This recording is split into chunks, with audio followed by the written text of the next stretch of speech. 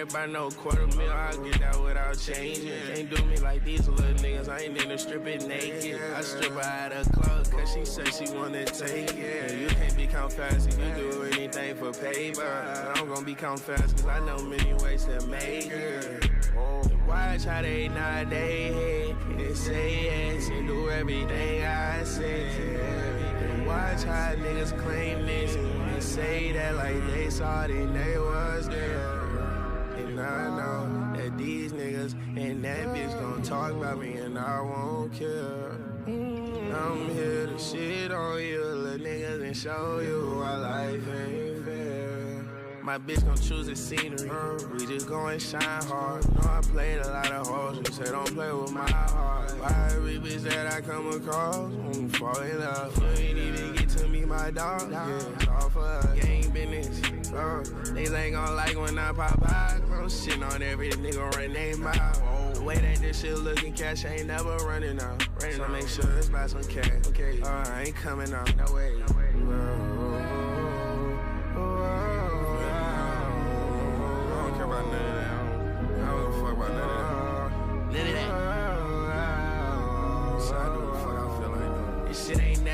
Should've paid me, you should've saw the way, try to pay me. Turned down a couple deals, bitch, cause that ain't me. Ain't worried about no quarter meal, I'll get that without changing. Can't do me like these little niggas, I ain't into stripping naked. I strip her out of clothes, cause she said she wanna take it. You can't become fast if you do anything for paper. But I'm gonna become fast, cause I know many ways to make it. They say it. Thing I said.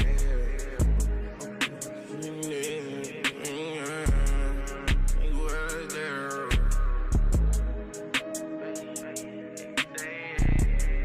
Thing I said.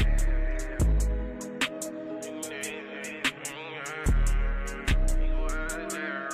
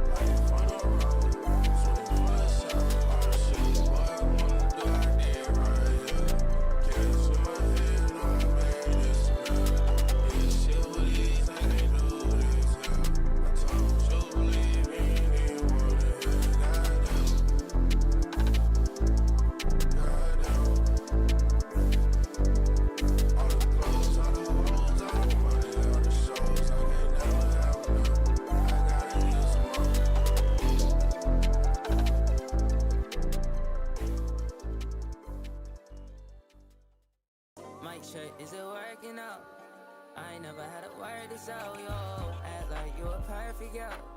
Don't treat cause no personal dose. You the one that I'm searching for. Ain't nobody on the worth of more than yours. Know I love you and I'm certain sure. But you gon' have to find someone to choose. I can show you how to choose me. Everybody show me someone else, but girl, I do me. I feel like it's been 4 to 5 years since you knew me. I've been doing everything I can so you pursue me, huh? You worth it, yeah. Cause every time I text you on your phone, yeah, I be thinking that you love a girl, I don't know. Loving you with me, cause girl, I hate when I'm alone, no. Ooh, I ain't had a tell nobody back up. Then people know you money, girl, they know that I would act up. And everybody angry cause I back up. You don't know what to say to them, just tell them that you flattered. But I feel like you should tell these people I'm the one for you. I show you love at every moment, they don't never do that. It's clear that we got something special you ain't never known. Girl, I swear that when we get together, I'll be telling everybody. Yo, kick your feet up. And up, I keep trying to talk to you, I get them beat up. Ain't nobody else around us, girl, I'm trying to see ya. You the only one I want, so girl, you know I need ya. Need ya. Do you see that? I know that you want me bad, but you won't talk to me. If I'm the one you choose, get what you want from me. Mic check, is it working out? I ain't never had to work this out, yo. Act like you a perfect girl. Don't treat, cause no personal dose. You the one that I'm searching for. Ain't nobody on the world with more than you. No, I love you and I'm certain sure. But you gon' have to find someone to choose.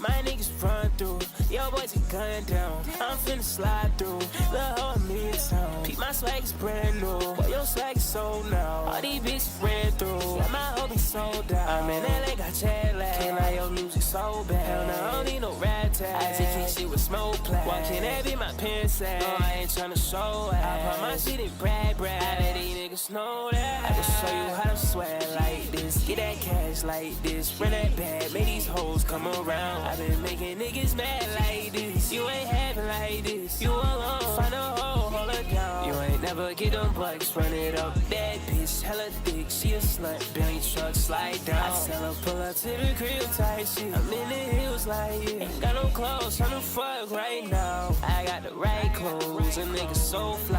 I'm rocking so low, so I get so high. I'm standing 10 toes on you niggas, no lie.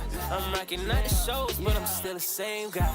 You got the same flow, little nigga, no surprise. My chain it hang low, but my head I hold high. You not my game, no, we not the same guy. Ain't loving that hoe, tell him I'm a goodbye. My niggas run through, yo boys get gunned down. I'm finna slide through, the whole midtown. Peep my swag is brand new, but your swag is sold now. All these bitches ran through, let my hoe be sold out. I'm in LA, got jet lag, can't lie, your music so bad. Hell no, I don't need no rat tag, I just kick shit with smoke plaid. Walking that be my pants at, no, I ain't tryna show it. I put my shit in brag. I let these niggas know that. I let these niggas know that. I let these niggas know that. I let these niggas know that.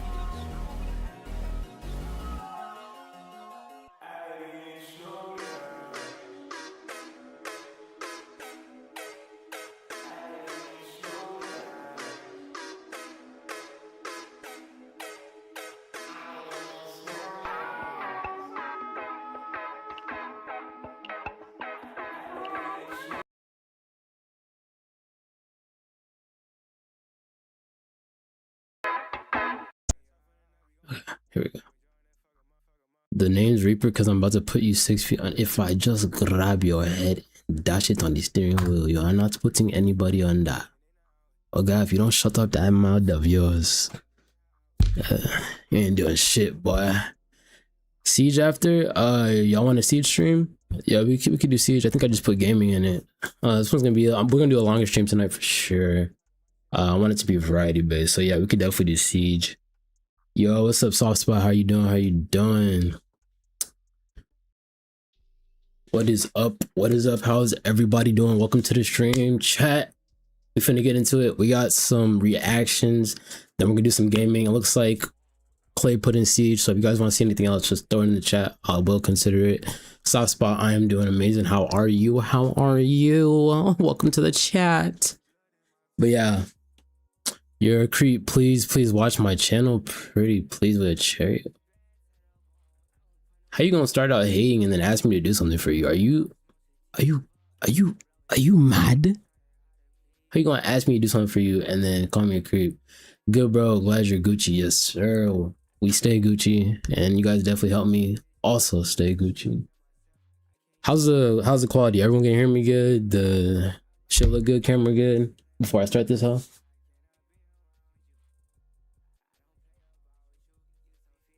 Can we? Yeah, you guys are always saying something wild. I'm impressed. Yeah, bro, I can hear you perfectly fine. All right, big best. Thank you, sir. Thank you, sir. Alrighty, just the headphones for my big ass head.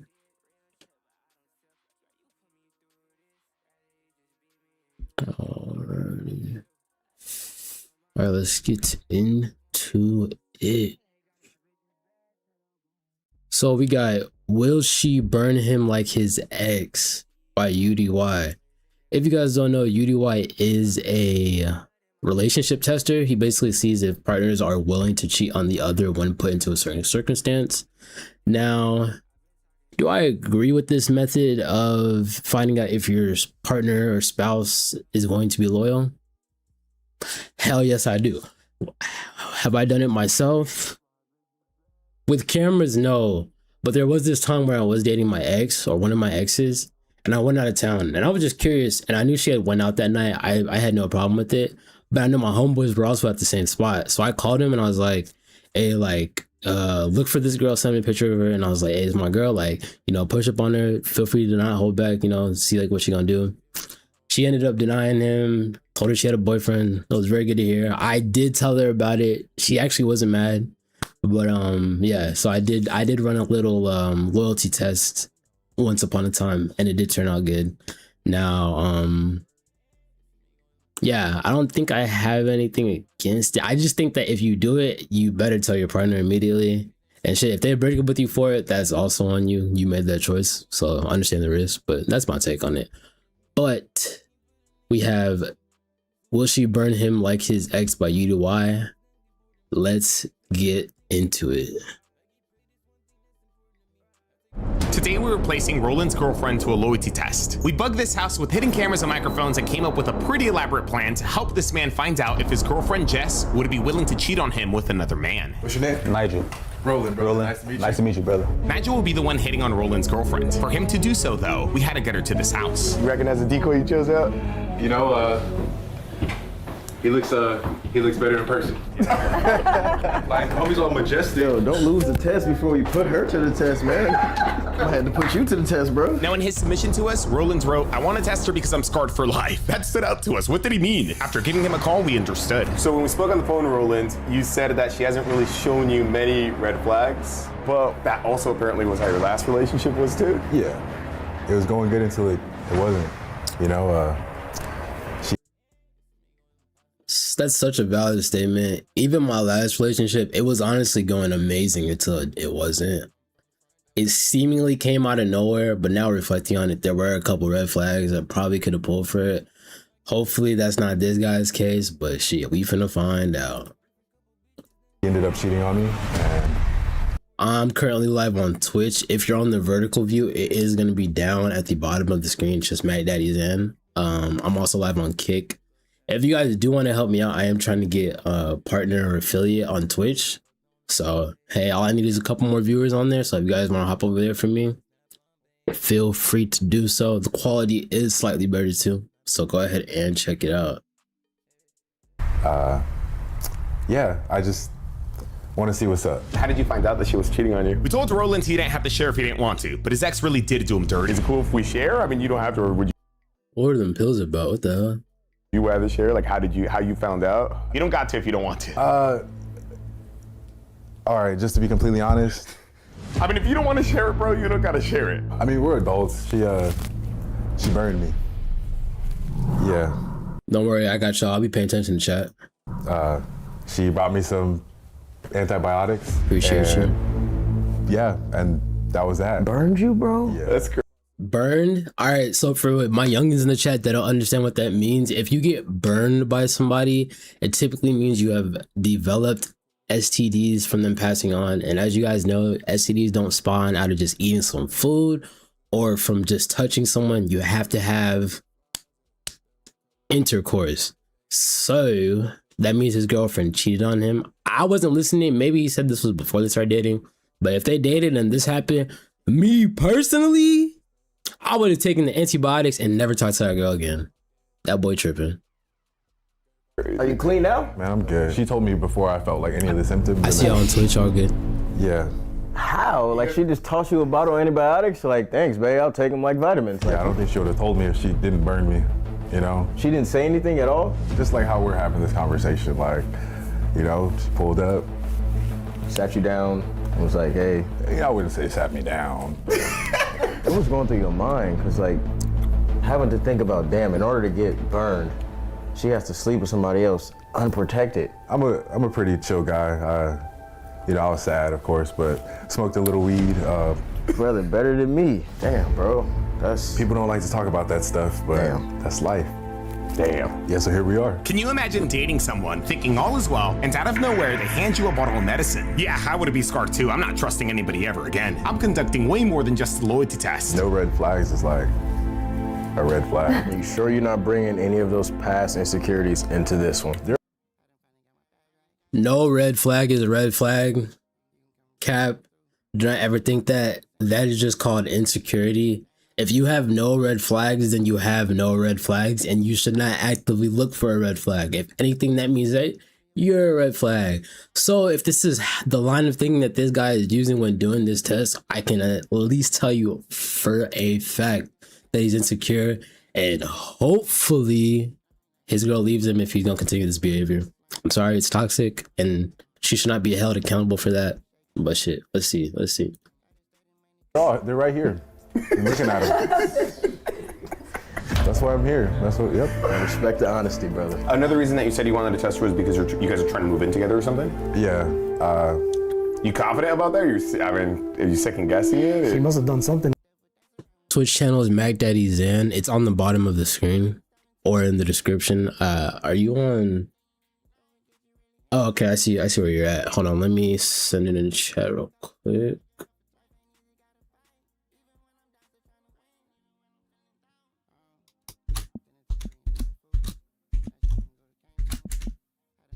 All right, bits. There you go.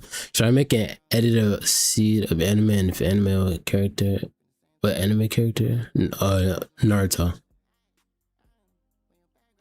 I have you second guess. Well, whether I do this or not, stuff can happen. So just for some peace of mind, let's see what's up. Let's test her. Yeah. I think he's just really trying to get over that trauma. I think that's what it is. Instead of him trying to figure out if she'll be loyal, it's more so, is she going to be just like my last girlfriend? Which I understand because I've been through the same thing. You know, my first girlfriend cheated on me 4 times. Same. So I've been on both sides of the fence. Fingers crossed. I'm nervous as hell, bro.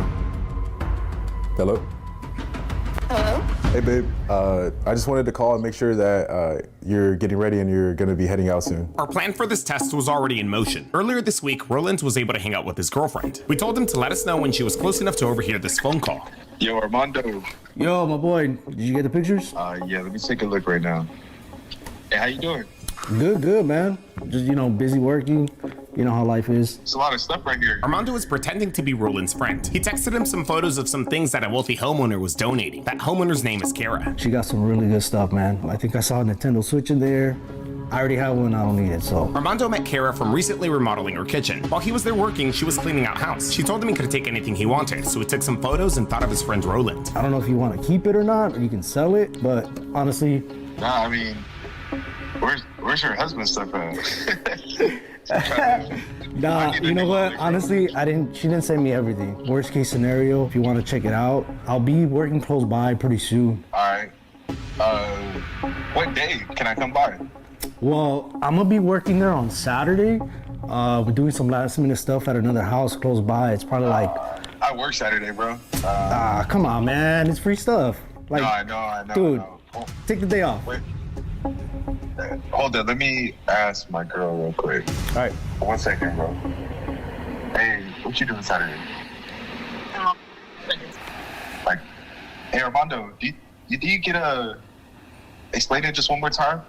Oh, yeah, for sure. So this lady, I worked on her kitchen. If it isn't already obvious, our goal is to get Jess to come over instead of Roland. Maybe you guys can choose some of the stuff to take. What time? I would say about midday, maybe between 12 to 5. Hey, bro, look, she's in there gonna get this stuff, bro. That's free stuff. Hey, it's free stuff, man. It's free stuff. Make it work. Send me the address. Yeah, for sure. If she is gonna go, I can meet her there. Just give her my number and then just have her give me a call. With Roland's help, we were pretty sure Jess would. I'm gonna keep it real. The way that they set up these things, low-key be smooth. I mean, they've been in the game for a couple years, but hey, come pick up all this free shit. Like, why would your girl not go? Come on, I'm going. Shit. Was going to be coming. I should be leaving the house in like the next 15-20 minutes. Okay, cool. I'm just making sure. I don't know who convinced Jess to come more, Roland or these items. You see, there's a reason Kara was pretending to be a wealthy homeowner, giving away some valuable items. Just like there's a reason Morgan & Morgan is America's largest injury law firm. I didn't catch it. We're skipping that.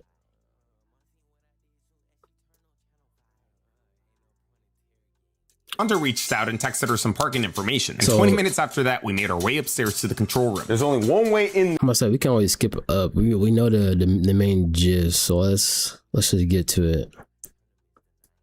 Hey, this is Armando. I just wanted to give you a heads up that there's a permit parking on the street by the house. All right, la-di-da. Only, and the neighbors get super mad. They call the tow truck company if you park in front of their house. That's what ended up happening to one of his workers when they were here working on Kara's kitchen, supposedly. Oh my God, that was clearing. That's just so satin black. Tough. That's cool. Hey, how's it going?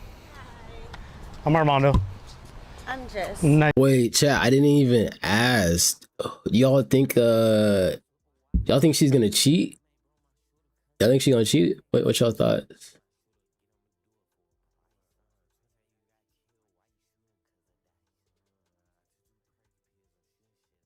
Yeah, like, what are y'all's thoughts? We just need to see y'all, bro. Yeah, facts. We needed to get the initial. I guess I'll ask y'all once it comes up. Yeah. I am curious though. I think I'll put a poll up for you guys. How about that? I'll put a poll up the way you guys can decide.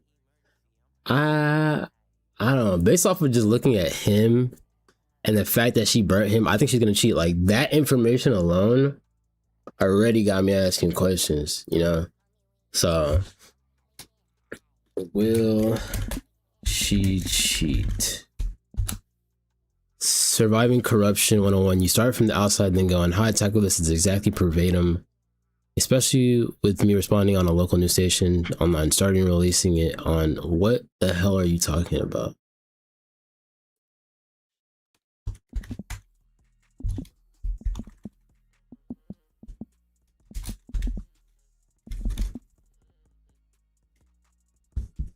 Like the New York Cam live stream that I did years back, and releasing on local, very least confirmation with something that, like, the public time. What are you talking about?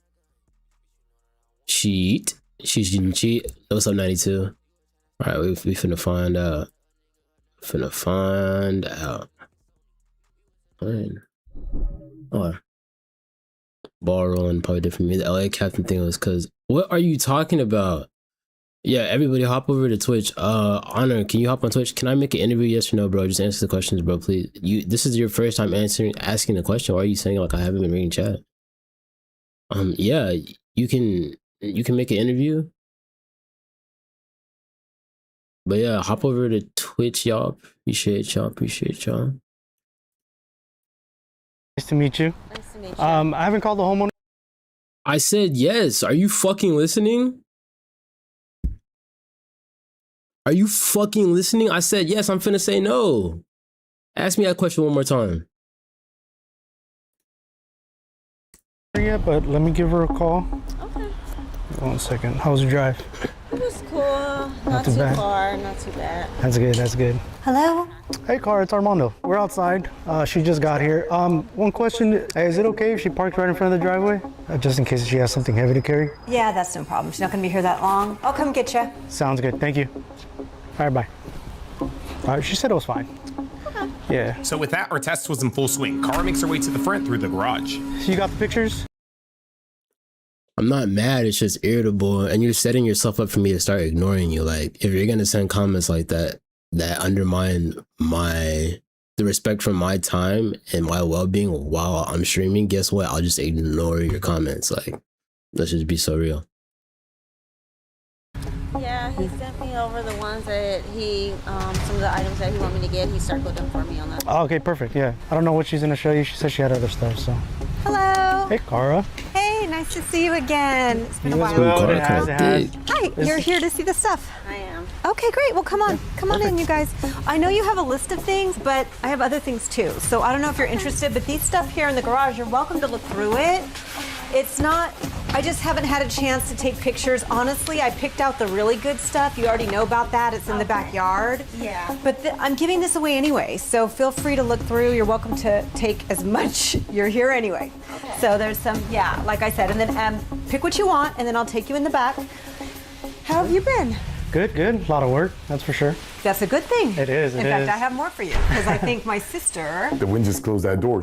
The wind or a ghost kept opening and closing the store. Pretty creepy, but at least it wasn't distracting Armando and Cara. I'm happy that you like the kitchen. Yeah. No, it came out amazing. It did, and she came by, and she's like, oh my gosh, who did this? And so, of course, I thought, now she's in Porter Ranch. Do you go out there?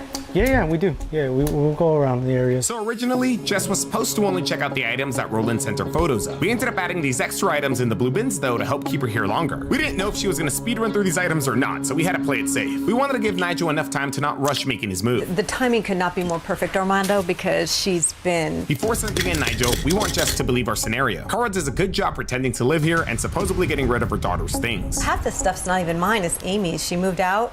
And I told her when she went to college, I'm not going to be your storage facility.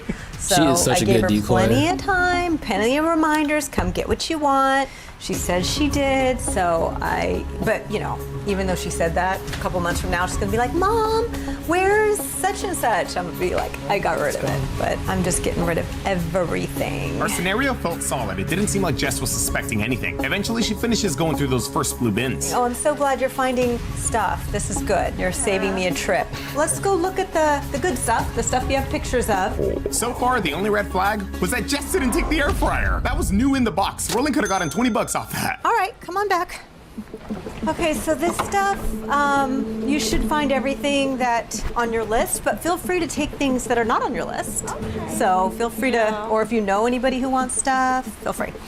So, and this, Armando, I'm really thinking... She keeps saying his name. Just keep saying his name, bro. I swear I was picking that up. Damn, am I sensing something going on here between these two? Looking back on it, it did seem like Cara was going in for that hug instead of the handshake. Anyways, Jess begins going through the original stuff she had photos of. It seemed like she was separating Roland's things first, so that was a green flag. In general, though, we just put some really nice stuff in here, including a Nintendo Switch. Yeah, Cara was just casually giving that away. Nintendo Switches are not cheap. But it kind of makes sense, though. I mean, it's a rich homeowner, you know? Hey, for all Jess knew, that Switch's screen could have been cracked. We decided to put nice things in these bins, though, to convince Jess to come, but also to help keep her here longer. Little did she know, though, we got all the items from Goodwill. Well, except the Switch and this wallet. Hopefully all these nice things, though, don't end up backfiring and make her suspicious. Oh, I doubt she's catching on. She's in her own world, like just looking through the stuff. We're doing a couple of properties around here, close by. That's why, you know, I offered to stop by.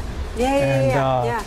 My guys are out there working right now. It was time to move things along. We texted Armando that he was good to make his exit. I would have to double check, actually. Oh, you know what? Actually, the guys are just calling me right now. Okay. So I can check on that for you. Okay. And then I'll give you a call back. And then after that, we can get together and talk about everything else. All right. Awesome. That sounds good. Okay. Thanks, Armando. No problem. Hey, Jess, I'm going to be stepping out. I'll just let your boyfriend know that, you know, you'll stay here with her, okay? I just have a few more items to find and then I'm good. Okay, perfect. All right, well, it was nice meeting you. Nice meeting It's nice meeting you again, Cara. And then I will text you my sister's number. Yes, okay? let me know, okay? All right. All right, you guys have a good day. Yeah. Armando makes his exit and heads to the control room. Luckily, Jess never saw what car he was driving, so there was no need to move anything. Like I said, feel free to take more than what's on your list if you want to, because again, I'm just going to toss it all. Whatever you don't take, I'm going to toss. Yeah, it's my daughter. Most of it's hers. She likes to shop. Oh yeah, Jess was good. She wasn't suspecting a thing. She was loving this. We still didn't want to send Nigel in just yet. We were gonna do so when Jess started looking for that wallet. It was on Roland's list of items that he wanted, but we purposefully left it out of the bins. She didn't give you cheater vibes, no? No, man. I mean, she shook my hand. She didn't try to go for a hug or nothing. You know, so. Did you have to come far? Not too far away. Maybe like a 20-minute drive. Damn, she's looking like shopping. She's going through all the stuff. Not real. She's not looking at her phone anymore, so she must think she got all the things from the list. Yeah. So that means she came over, prioritized your things first. And now she's really and shopping. Now she's shopping for herself. Exactly. Now. That's good. The green flag. That's good. She put you in first. So your boyfriend knows Armando. Is that the connection? Yes. Okay. Okay. Got it. Yeah, he's such a great guy. He's a great. I have no clue. The decoy's in the room right now. I think they're waiting to set the wallet. I might just skip ahead. You know, like UDY dragging this shit out. Tell you next decoy. Since Jess was taking a while, we Okay, texted he's about Kara to that come we out, might like, have right her here, speed things along. so- We told her to bring up the wallet if Jess didn't bring it up in the next. What you're missing? Here we go. Perfect. Bringing up the wallet. It's in here. I mean, it's got to be in here. Damn, that's crazy. I don't think Jess realized she didn't grab the wallet. How could she miss that? It's a Gucci wallet. Oh, she kind of low-key scared me when she said, I thought I grabbed it. I was like, can we leave it up there? Yeah, we would have been here forever waiting for Jess to bring it up herself. Oh, you know what? My daughter was showing it to her friend, but of course, she didn't put it back in the bin. So I bet you it's upstairs. But what about the rest of the stuff on your list? Let's see. So you got the orange cup. Yeah. You've got, of course, the switch. The time had finally come to send down our decoy. We can put some of this stuff in here, make your life a little easier. Is there another bag maybe you want just to put stuff in? As Nigel gets ready to head down, Kara starts helping Jess put everything away. Not gonna lie, it almost came off like she was trying to kick her out. Maybe she read our text about speeding things up a little too literal. Jess still wanted to shop. You got the good stuff. I'm gonna have one more cup. Hey, Kara. Hey, whose car is blocking me in the driveway? I gotta leave in a bit. Oh, well, she's getting this. I'm sorry, what was your name? Jess. Jess, this is Jess. She's just grabbing some stuff. Nice to meet you. Nice to meet you. So she will be out of here in a minute. And then are you going to rescue your dad? I am. Nigel is pretending to be Kara's stepson. He was upstairs showering this entire time getting ready to leave. You see, supposedly his dad locked himself out of his car and Nigel was taking the spare key to him. Kara's gotta get that key from her room. Just got to grab the keys, cool. okay? And then when I do Appreciate that, I'm going to go get the wallet too for you, okay? While I'm upstairs. Can you just hang out here Yeah, I and got wait it. for a Yeah, minute? yeah, no okay. doubt, no doubt. All I got you. right. I'll be right back. All right, Kara's coming upstairs to sit next to Armando.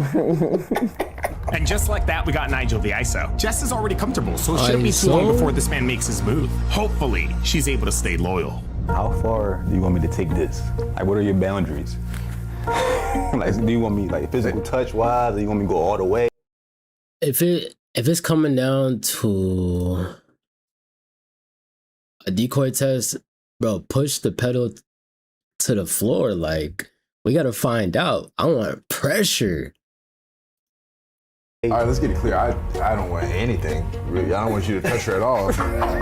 Do what you need to do. If it's not you, Because if you don't put pressure, like, how you gonna know? Like, if you just flirt and then she rejects, that's fine. But like, or like, just say one or two things and she rejects and you don't really try anymore. Like, how you really gonna know? Like, and then like, oh, there's so many different things. Like, you gotta put the pressure. Like, that's how you really gonna find out. You already are testing the waters of the trust with your partner by doing this test. You might as well put the pedal to the floor. it's someone else, and I might not be able to see it. So whatever that entails, I'll let you decipher that. So if I use it in my pocket, you and I'm playing, bro. All right. He's not majestic anymore.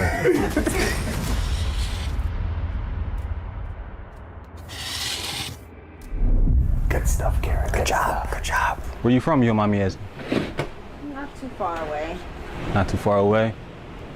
So you have a far drive here or no? It wasn't too bad. That's about right. I just moved downtown from Pennsylvania like a month ago. So far, so good. I'm liking the West Coast, so I'm seeing how it goes. Yeah, it's cool. Damn, Jess was not talking. The green flag is she hasn't looked his way. Exactly. I was just going to say the same thing. She's not looking at him, and she's not asking him any questions. Nigel was gonna have to put in some work. She was being very short with him. I would even say standoffish. And then you really getting into those clothes, huh?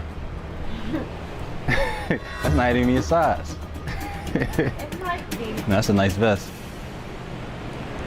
Yeah, Nigel was gonna need some time to break that ice. How long you been out here digging through these clothes?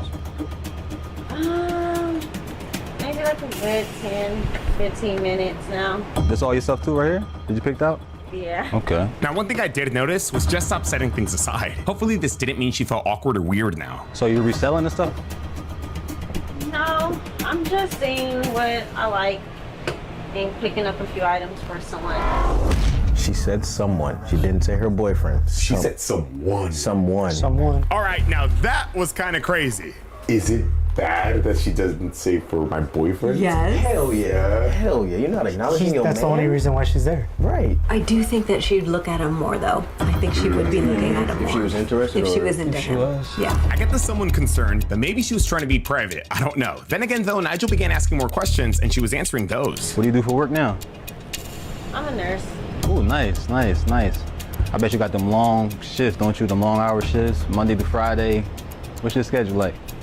Tiring, literally, Oh, yeah? Monday through Friday, every day of the week. This is the first time she's angled her body language towards him. Yep. You like what you do?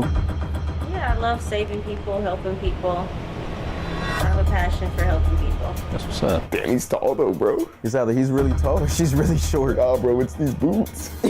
Zoomed in on the Antonio boots. Shout out my boy Antonio. I plan on going back to school, but I feel that. You know, I wanted to go back to school, but, you know, I'm 32 now.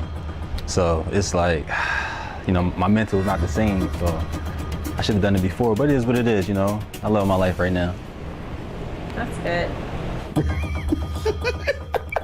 Anyway, did you find everything you wanted? Yeah, I think I'm done here. She said that she was gonna go cool. grab All right, one bet. item that I had on the list here. I know it's hot as hell out here. You wanna go inside, sit down real quick? Sure. Are you all set? Jess seemed to be done looking through everything, which gave Nigel the green flag to finally bring her inside. This all your stuff too right here? Did you pick it out? Yeah. Okay. Hold on, let me just put in all this bins, okay? Okay, we did not tell Nigel to do this. He starts helping her put everything that she chose out into a bin. I got you.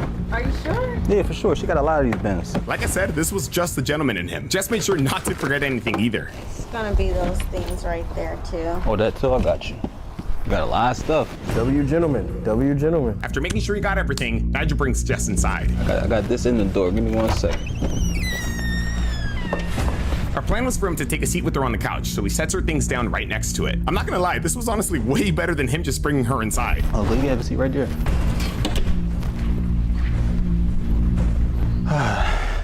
Isn't that better? Yeah. It's hot as hell. It gets hotter than this in California? It's hot as hell. It's pretty nice outside today. Mm-hmm. Where did you say you were from again? Hey! Oh, now she's asking questions. Pennsylvania. Philly? Hey, Jesus. If your girl is asking questions, you are finished. Hey! Pennsylvania? Mm-hmm. So we get snow, we get hail, we get all types of weather. You ever been in the snow? No. You're not missing out on nothing though, so it's all good. It's cool. Yeah, I don't like the cold, so. Oh yeah. Have you ever been to Philly? No, never. Really? Well, you missing out. You missing out on a cheesesteak. You never had a cheesesteak? No. Really? You never had a hoagie or a cheesesteak or nothing like I that? don't even know what, I know what a cheesesteak is. But you know a hoagie? Yeah. Well, do you know what a sub is? So a hoagie is a sub, but it's a Philly term from it. So it's just like turkey, pastrami, whatever type meat you like. It's on a hoagie with like all the toppings, and it's so good. But the bread makes it though. You know, if it's good bread, that's what makes the sandwich. What's the thing to eat out here? It's a lot of tacos and a lot of just I was gonna burgers. say there's a lot of good Mexican food spots. Okay. Yeah. Besides Man, I don't want to miss out on anything, but pasta, that's my so low key taking forever. Come on, I'm trying to see the juicy stuff. second go-to. I love me a good taco. Good Okay. carne asada or chicken tacos. See me, I don't like tomatoes. Oh no, me either. You like tomatoes? Even if they're diced, like it ruins the whole meal for me. So. I can only do ketchup. Oh yeah, see, me too, and that's another thing. Ketchup on a cheesesteak. Listen, Okay, that sounds a little bit nasty. listen. It's just trust me. I'm trying to tell you. I don't know. Damn, she's talking. Y'all do things backwards here. Backwards. Backwards, yep. Like you know. But hey, it is what it is. I'm getting accustomed to out here, so you know. How long did you say you've been out here again? So I've been in LA for a month and a half right now. And you said you were... She's my stepmom. Her and my dad, they've been together for 4 years, so it's kind of weird calling her stepmom. Jess was talking to Nigel a lot more than she was talking to him outside. I mean, maybe she feels indebted for him helping her bring all the things inside. True. Give her the benefit of the doubt. So where are you from? I'm from here, LA. No, like your family, like your background. Or are you black? Like what are you? Are you mixed with something? I'm black and Creole. Little Creole, do you speak French? Not at all. Haitian, no? Okay, that's what's up. I'm trying to trace back to my roots too. Like I don't know fully what I am, so I'm gonna do one of those 23andMe things to see. You're not scared of finding out too much? I mean, no. I mean, it is what it is. There's scary things going on in the world. I want to know why I might be Nigerian. I don't know. You know, Cameroonian. Right. A little bit of. He low-key look like he could be Nigerian. I ain't gonna cap. White, I mean, you never know. You're right, you never know. Mm-hmm. Okay, we're gonna give him 2 minutes before we send Kara downstairs with the spare key. What you like to do, like when you're not working? Because of work, honestly, I'm like always at. At this point, she's had numerous opportunities to let this man know that she has a boyfriend, right? Like, females are not stupid when it comes to communication. And yes, he is being pretty friendly, but I feel like this girl should be able to detect that below the platonic composure that this man presents, that he wants something else. He looking at you all nice, arm out on the sofa. I don't know, man. I think Shorty is going to cheat. Work at home, at work. When I do get off days, I just want to sleep for real. No, I feel that. You work those long hours, so.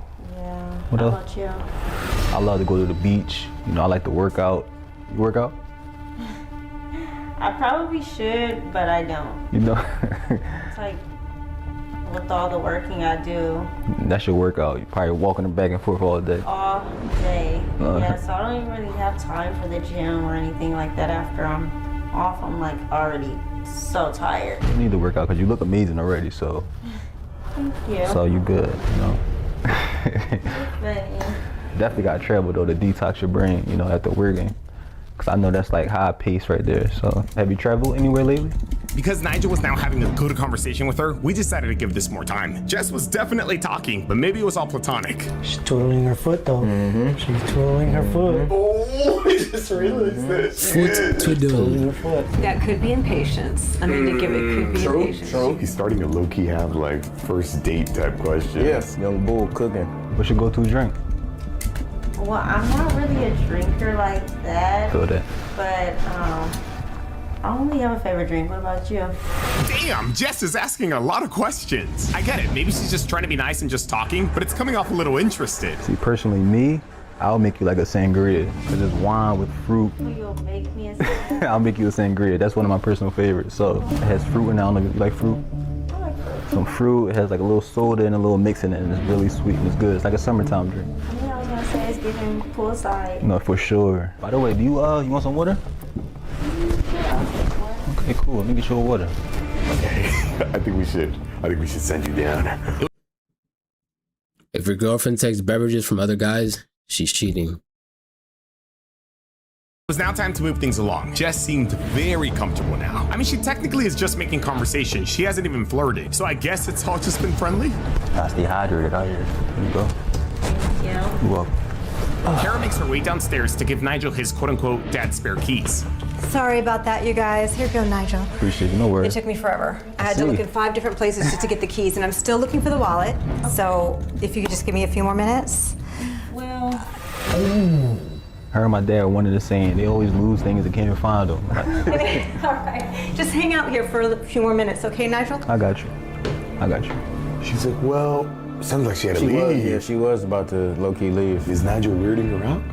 Do we gotta send Armando in there? Yes. Yeah, that's my stepmom, Kyra. Her and my dad, they're made for each other. He's always losing things and she's sticking long to find it. But you know, it is what it is. You know, she's good for my dad, so.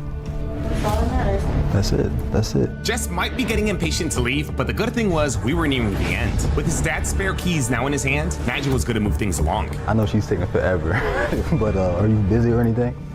No, Yeah, today's my day off, so I'm not really tripping. So you don't have no plans or nothing?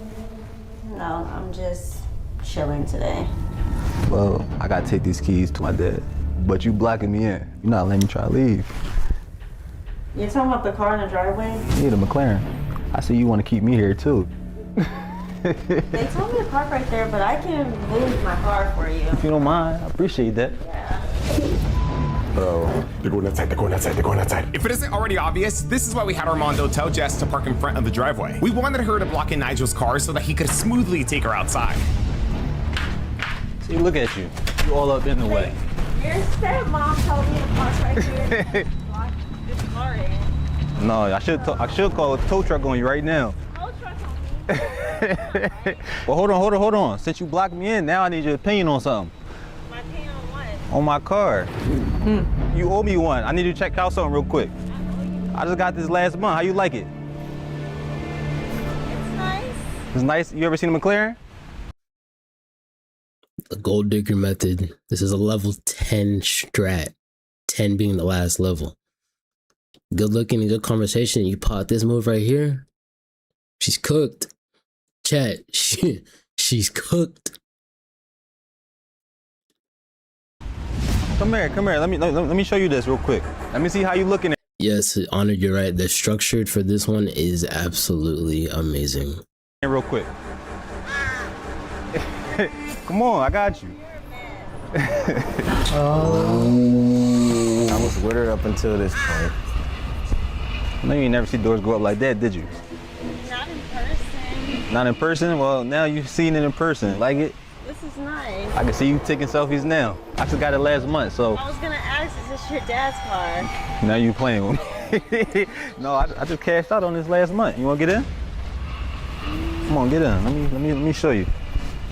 I like how the doors go up. You like that? Nah. She's going. Nah. Jess getting in the car of a stranger is kind of wild. Are you trying to kidnap me now? What if I am? The door. Well, my car's right there. I'ma ram it. Wow, he shut the door, but he's wow. That's a big red flag. Yeah, that's a big red flag. All right. If my girl got into the car with a nigga she just met, that's not my girl anymore. What you mean this man showed you his McLaren, told you that he just cashed it on it, and you thought it was okay to get into the car? Nah, you ain't Miss Uko no more. You ain't my girl.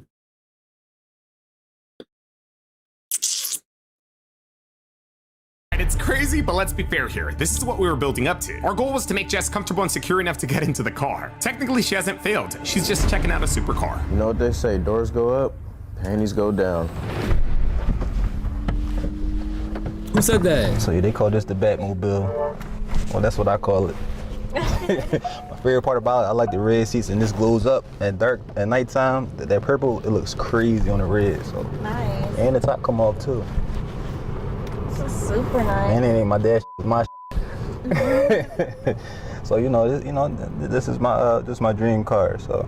That's cool that you got your dream car. Mm-hmm. Question. Do you think she would have gotten in if her car wasn't parked in front? Yes. You think she would have still? Yeah. But maybe it's just the car. Hell I don't yeah. think she would have gotten in if it was a different car. She's going regardless. I'm not even gonna lie. She's going regardless. Might do the Lamborghini next, but I love this. I love this right here. So. You like cars? Yeah. It's cool. It's all good. So what do you do? I'm a gigolo. A gigolo. Gigolo. What the hell's a gigolo? A male pimp, basically. Slinging D for money, basically. You my next customer.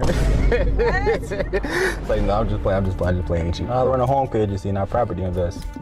Nice. So yeah, hard work, but as you can see, it's rewarding. I like it. So I love cars. I love cars. I love cars sometimes more than women.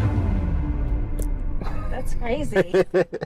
I hope you let your woman drive them too. I hope you putting her in something nice. If I had one, I would. My last relationship was in 2018. That's a long time ago. I had to basically unlearn a lot of things, how to treat a person. So I'm just chilling right now, having fun, loving myself, getting the things I want. And then if I find love, I find love, I'm not actively looking for it, but I'm not hiding from it either. That's good. So, So you say you don't have any plans for the rest of the day? I'm just gonna relax. Probably head to one more store and then head home. So what's like one thing you always wanted to do? Like out here? Out here? I really don't feel like I'm missing out on too much. Leading up to the date thing, man, and she still has not mentioned her mans, bro. She's cooked. She's cheating, bro. This might how much time I have left? I don't know if they're gonna go into a second phase, but she on some BS. I'm telling you right now. Like, you hate to see it, dog. Over here getting flashbacks. Like, that one little meme. Now you got me thinking.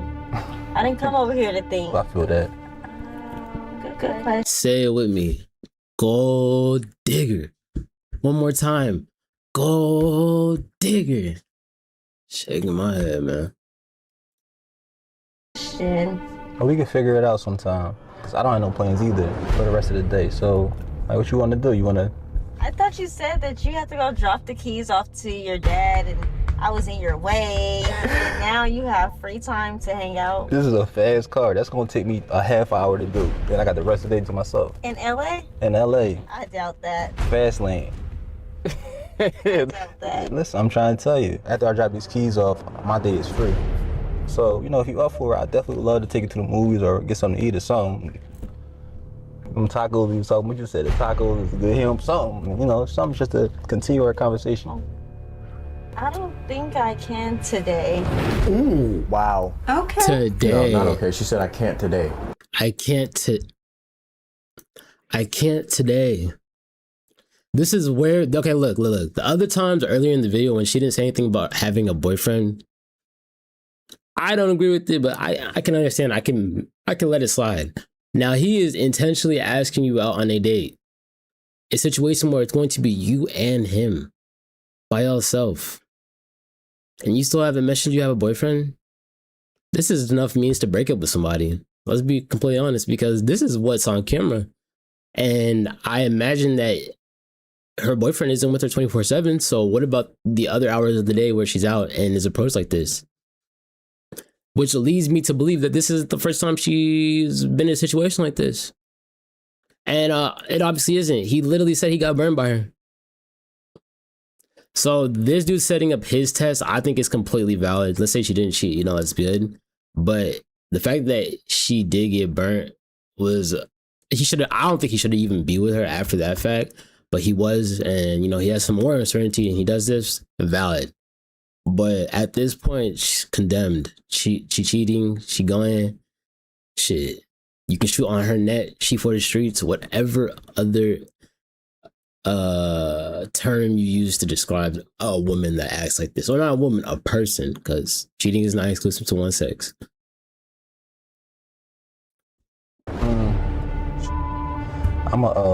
I mean, we got to talk in there a little bit, but I still want to get to know you a little bit more. Just do something to talk, you know, keep the conversation going. So I want to do something, you know, that's fun. You know, we can spend some time on doing.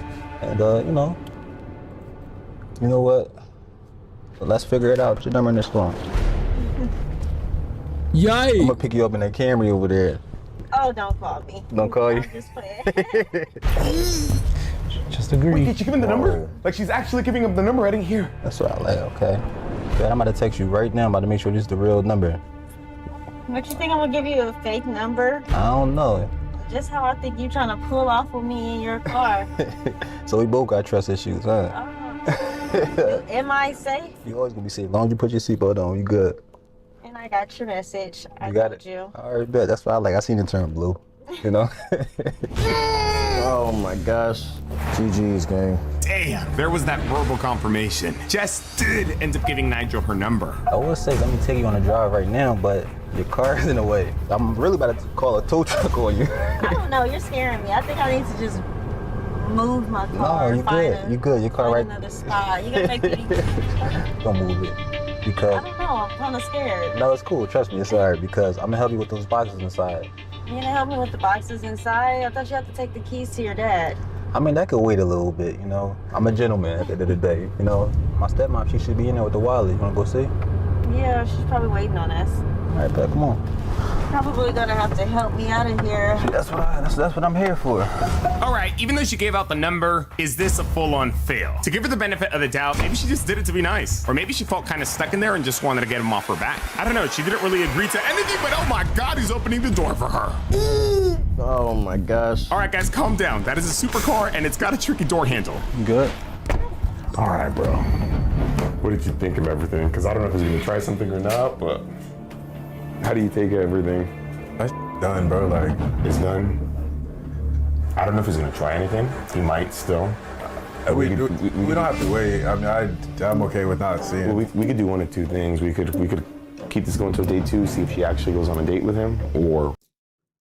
All right. When Sergio asked this question, and I think it should always be asked if you should go to a date 2, it's for the purpose of content, right? Now, if it was being the situation and I just found out that my girl, you know, she was gone, I'd want to see a day 2. Like, I like to build up on the plot. I think it could be interesting. But we looking at this timeline, I don't think he's gonna go to a day 2. And it really doesn't need to. So like if you ever see any of these going to a day 2, it's just for the sole purpose of content. But if you think this is a fail and this is it, you can call it quits here. She could just be saying this to be safe. Could be saying all this, and by the time she leaves, she's completely loyal. Giving a stranger her number? She's trying to get out of here. I knew she wasn't gonna be ready yet. I would just chill for a little bit, then wait for her. I don't know. But again, it's your call. If you want to keep it going, we can. We'd have to. And he's closer. He's closer. Nigel brought Jess back inside and he's sitting closer. Is he gonna make a move? So you still gotta answer me, right? I still wanna know like what's one thing you wanna do.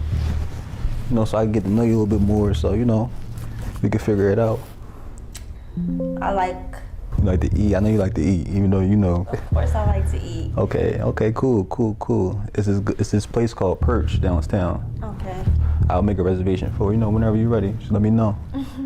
I'm down. Say no more. You gotta show me something too. I'm new here, so you gotta you know some new food, anything, you know. That's cool. All right. Won't say no more. We're gonna figure it out. All right, bro. I don't know if he's gonna try something, honestly. I don't know if he's gonna try something. He might try something, so I don't know if he will. Go to a day 2, bro. Nah. I mean, that's pretty much over. It's over. Yeah. I do agree with you, and I'm not trying to convince you, but I would highly consider taking this into a day 2 for sure. It doesn't matter. What do you mean?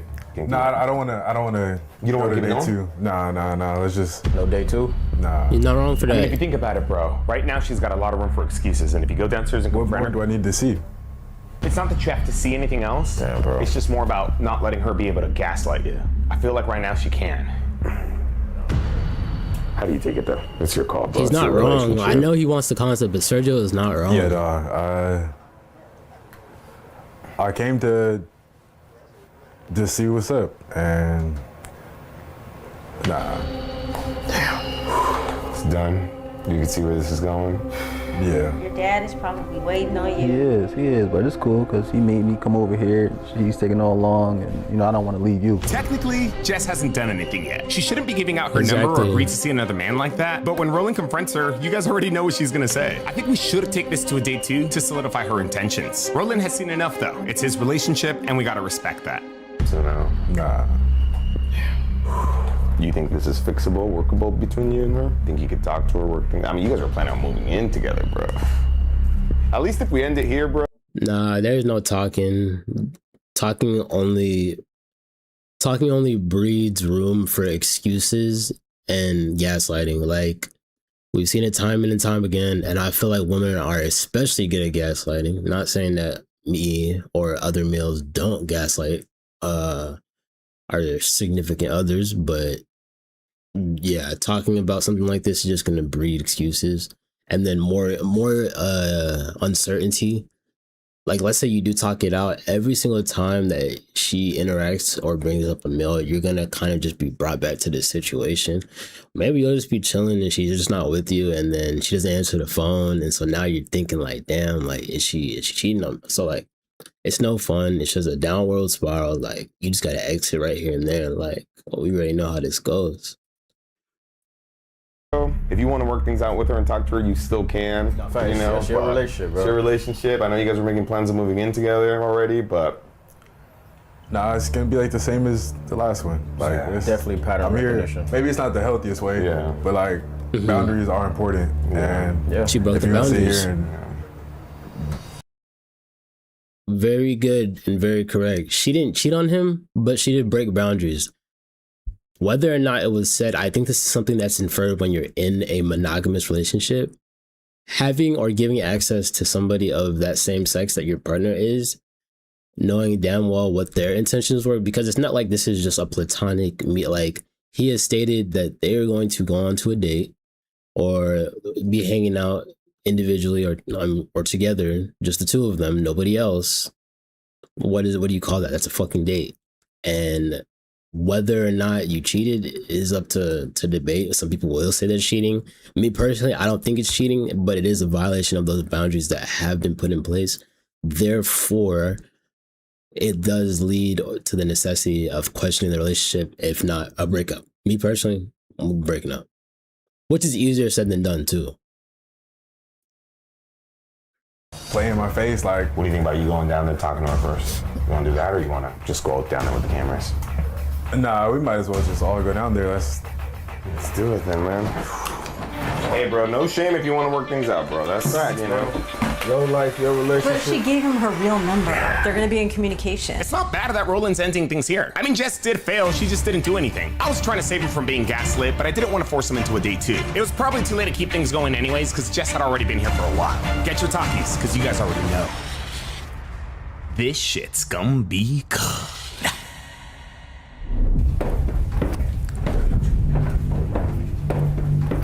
What's up? What's going on? What do you mean?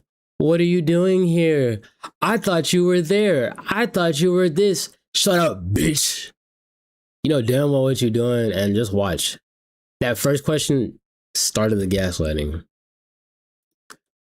Just giving out your number and Giving out my number. You don't see what's going on? This nigga geeking. This nigga is geeking. I've seen everything. What did you see? You gave out your number, like you're gonna sit here and try to gaslight me, like I literally look what's going on. What are you talking about? What the? All right. Yeah. Okay. Well, I mean that's cool. Don't hit me up. What are you talking about? About what? What you're talking about? Hey, bro, what happened? Her number starts with 310. What's call her, bro? Call her. Yeah, call her. Oh, damn. You want me to call her? Yes. Yeah, call her. I should FaceTime you. Wow. How much you trying to? She's shutting her volume off. Is funny to you? What are you talking So about? it was a loyalty test. He was trying to test your loyalty, see if you'd stay loyal to him. This entire scenario wasn't real. Kara doesn't really live here. Armando didn't really redo her kitchen. This house is a rental. The items, you're not really taking it home. You really sat in the McLaren though. That's one thing that really happened. So you made me waste my time getting ready. Okay, you made me waste my. Typical. Now she's pinning it on him to make him look like the bad guy, whereas the only wrong thing he did is not trust her and put her on this test, but she broke that trust when she burned him. So it balances out. Let's be real. My time. It wasted about an hour. I could care less about an hour. I could care less about what you're talking about. I wasted my time and my gas coming over here. Do you know how much gas is nowadays? I don't know why you would even do all this. I mean, I never gave you a reason before this to even want to do this. It's not making any sense to me. It's making me feel like you're up to something. Yo, what's good, Striker? It's not over text. You can't manipulate. Like we literally seen it. Like it's not like you can't get out of this one. You didn't? I don't. What did you guys make plans for? Or something? Are you guys to dinner or something? We didn't exactly make plans. We did. When he asked you who you're picking this stuff up for, who did you say? For someone, not him. Someone. That's true. Not boyfriend. Exactly. He doesn't even know him. What do I need to tell him his name for? Tell him who they were to me. Well, you had no problem telling me about your boyfriend. They got her, boy. That's funny, huh? It's not funny. It's just a little weird. Like That doesn't even matter. Like, the shit's over with. She don't care, bro. Kick her I to know, the that's curb, what I'm bro. talking about. Like, Kick her to the curb, bro. Pack her up. But you, the one who brought me here and did all of this. How much did you spend on this?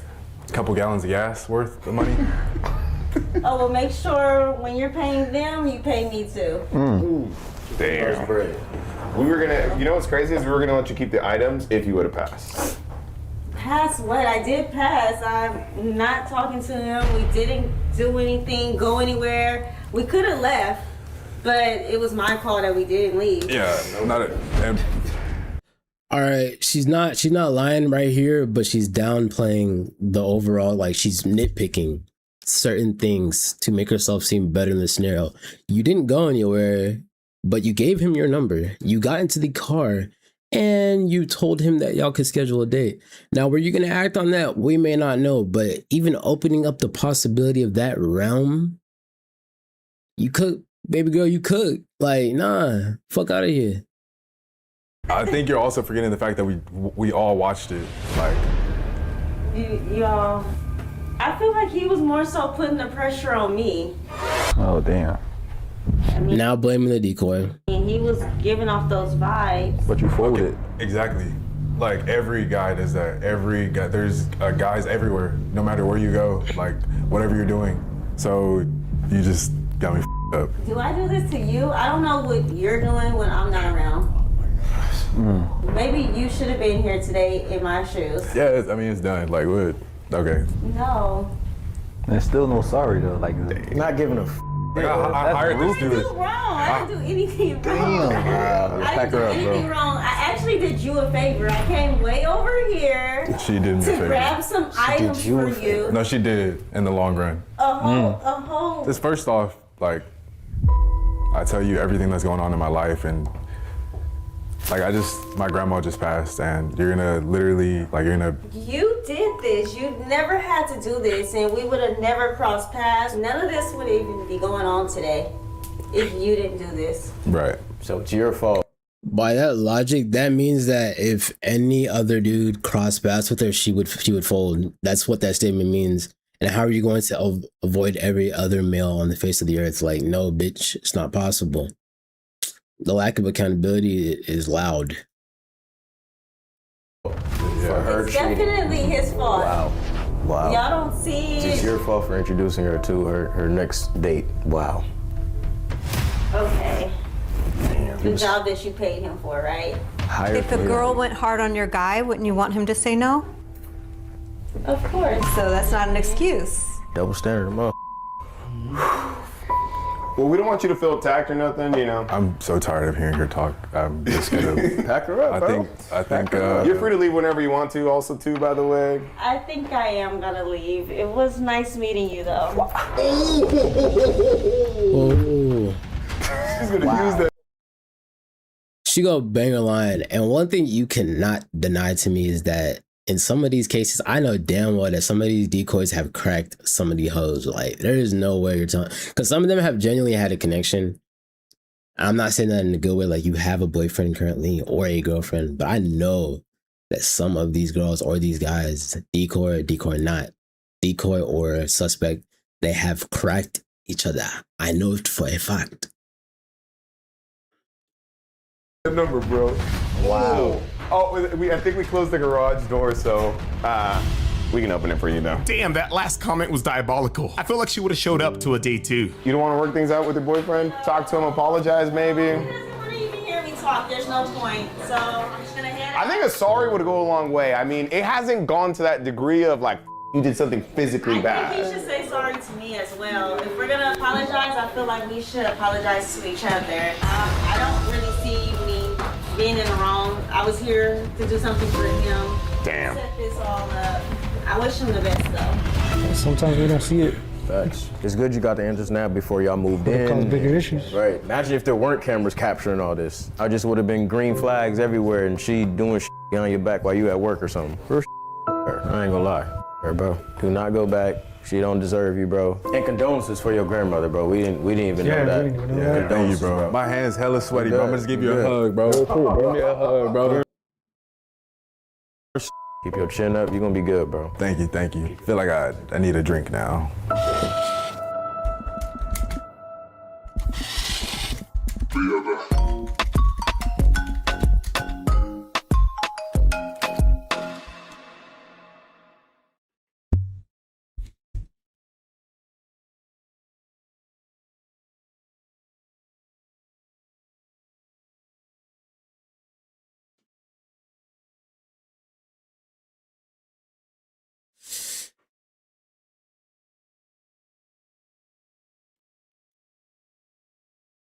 And that's where I'm going to leave it, because honestly, I don't even know what I just watched. But I want to hear what you guys think. Was the person completely in the wrong? Or is there more to the story that we're missing? Drop your thoughts in the comments. And if you enjoyed this video, like, subscribe, and turn on notifications, because we've got plenty more coming.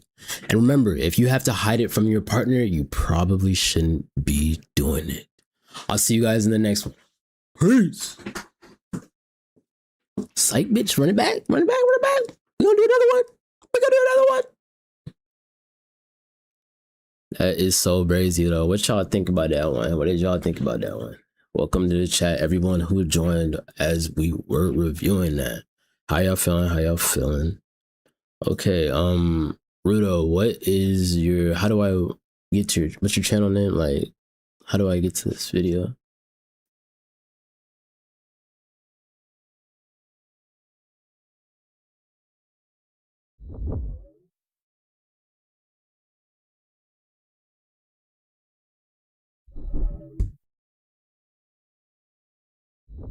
It was pretty good, bro. I ain't gonna lie. Yeah, but I'd rather be on to get. I still did a cheater other day, and nobody did a cheater. Facts. I really hope you love this any more than I do.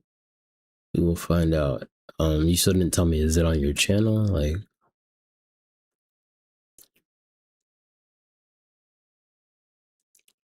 okay, let's.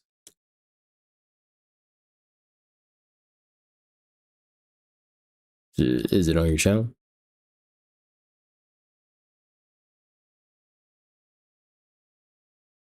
Okay, all right. Well, we're gonna watch something else if Honor does not respond. Okay, yes. All right.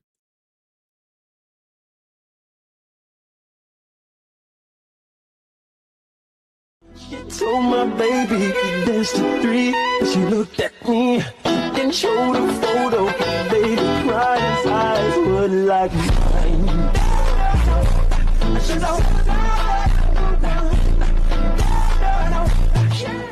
She told my baby he danced to 3. Edit. Let's go. Edit. Shout out Reaper. I appreciate it, dude. Tough ass edit. We gonna like that. Oh snap, I'm sending that to my friends. Hey, you guys go show them some love. I appreciate that. Thank you so much. Let's just watch it one more time,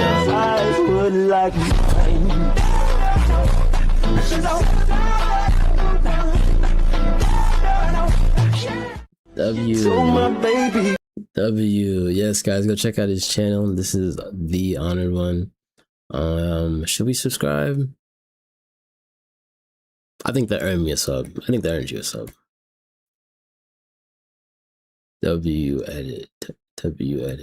All right, we'll watch it. She told my baby. O DJ aqui do baile faz geral perder a...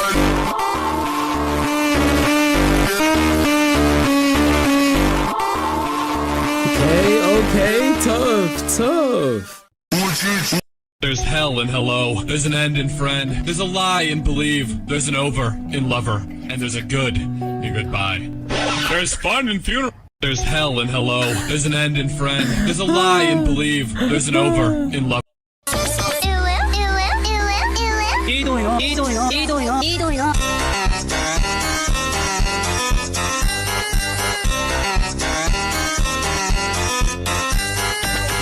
W. I'm a Barbie girl in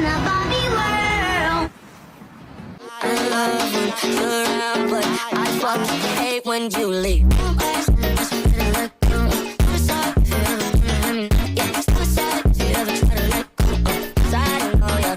WW. Okay. Shout out Reaper. All right. Okay, so there is some bunch of things going on right now. Geology is going through some crazy shit. But we could definitely break that down for y'all if that's what y'all interested in. Hey, when the girl that friend-zoned you finds out you moved on. Honestly, let's check it.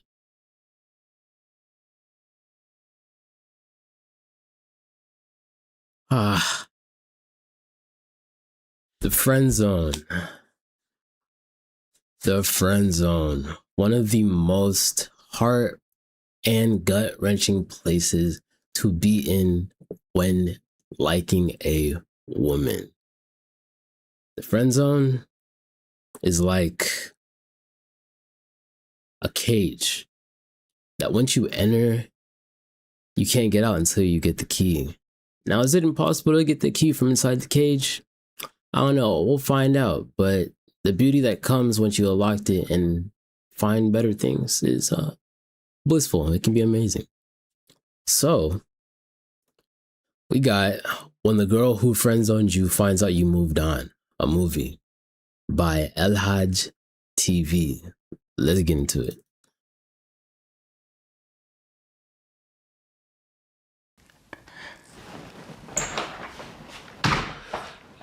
Hey, what you doing here?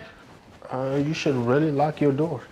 Yeah, but this is a safe neighborhood. Ain't no one gonna come in my house. Well, anyway, I just came by to get my charger. You came all this way for your charger? No, not really. I'm actually heading out, going to brunch with somebody, so they're on the way, so I need to charge. Who you going with? You don't really know them. It's one of my friends. Who is he? Where did you meet him? I feel like I know all your friends. Well, it's actually not a he. You know, it's a girl. I thought I was your only girlfriend. I mean, best friend, girl best friend. Yeah, I mean, she's more than a friend. We're trying to be, like, you know, we're trying to, like, get together. Oh. Yeah. Where did you meet her? I met her at the gym last week. You know, we was working out and I helped her with a form and then we talked and we have a lot in common. Oh, when you told me you helped someone out with their form, I thought it was just some guy. What's her name? Vanessa. Vanessa. Yeah. I've never heard that name before. It's a common name. Really? I've never heard of it. Anyway, I'm about to head out. Tell me about her. No. If you're talking. Yeah, you can already see, like, yes, this is a skit, but I can already tell that this is going to use some real life indicators of insecurity and jealousy that a female may feel once she does realize that the dude that had a crush on her has moved on. And I don't necessarily think that the girl automatically just falls in love. I think it's, like I said, out of insecurity and jealousy, because you have to realize typically when you're in the friend zone, the guy is constantly showering the girl with some form of love, whether or not that's calling her phone all the time, checking on her, and or doing her favors. And so what happens is there's like an imbalance. So once all of that stops, because the dude has moved on and found another girl, the girl is at a loss. And a lot of people don't like losing things, but females specifically, when it comes to an emotional loss like this, it can revert to her now feeling like, oh, I need to like love this dude now. Now, if I want to either keep that or have something better than what it was initially. So that's probably what's going to go on with this. Some girl that you like, I need to know who this is. What you want me to tell you? I don't know what she look like, you know? Like, are you feeling her like that? I mean, she bad. When she walking, she be poking. Yeah. Oh, okay. Yeah, she. So it's just all about the looks. It's like, you don't actually care about her like that. No, I actually care about her. She's cool. I mean, I like her. You know, she's really not about much. She mind her business. If she ain't about much, she gonna fall for anything. That's not someone that you should be with, honestly. No, I don't mean it like that. I mean, like, she just mind. And look, already trying to what's the word, declassify or denounce a girl, looking for things to like basically shoot down his chances with her, and then watch, I guarantee you she's gonna start saying things that make her seem like a more viable choice. As a business, she got her own thing going, you know. Mm-hmm. Yeah. And what's her own thing? Like she's working on her business. Okay. So anyway, Where y'all going? we're gonna go to Nobu.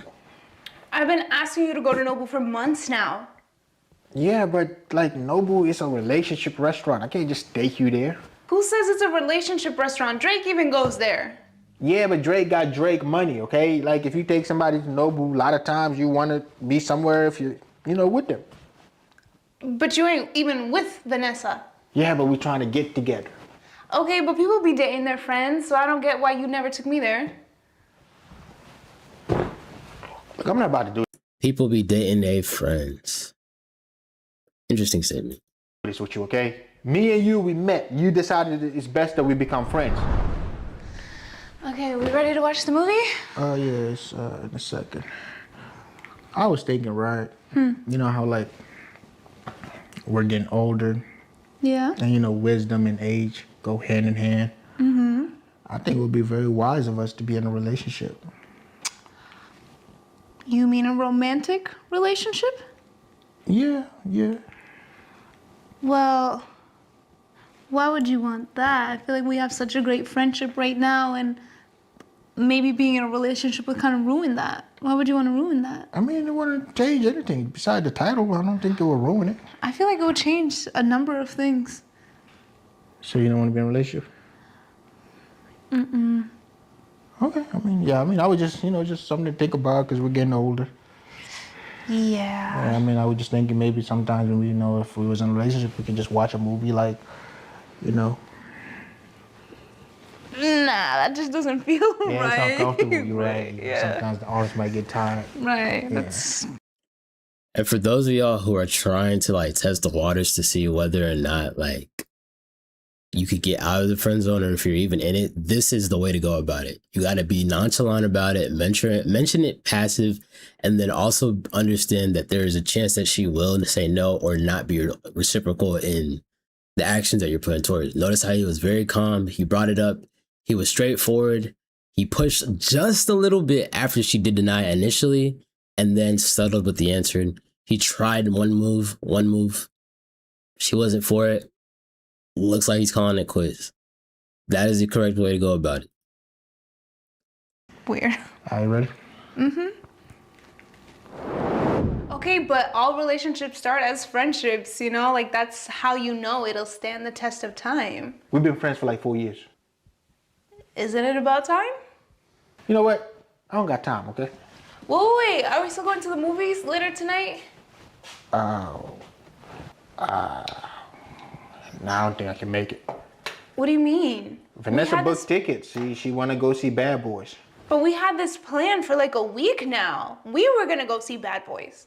No, we wasn't. You don't even like the movie Bad Boys. I said I didn't like the third one. I never said I don't like Bad Boys. You literally said last week, I said, let's go see Bad Boys. You said you don't like Bad Boys. I said I didn't like the third one. I liked the first and the second. I said I didn't like the third, but I might like the fourth. Well, let's go see another movie because she already booked it, so me and her, we finna go see it tonight. Yo, Yeah. That's like watching the Netflix series without me. That's so messed up. Wait, can you stop? You act like we're a couple. Let's stop. Okay, we've been together for 5 years. That's kind of like a couple. It's the same thing. I'll see you later. Wait. Where you guys gonna go see the movie at? We're going to Glendale. What time? 7. Have fun. She finna pull up there and start acting out. We already know how this goes. For sure. Vanessa. Not him setting me up for this Vanessa chick. Let me get a ticket. Oh shoot, I didn't. But one thing I will say, if you really trying to get, like, this is gonna be unethical hoops, so listen in. This is a perfect method to really test and see if the girl fuck with you. Get another girl, let her know about it, show her that she's an enjoyment, even mention things that make her sound better than the girl that friend zoned you. And if she fucking with it, like, you might just be able to bag her off that. Unethical in my opinion, but it could work. That's where they're sitting. I'll bring my binoculars.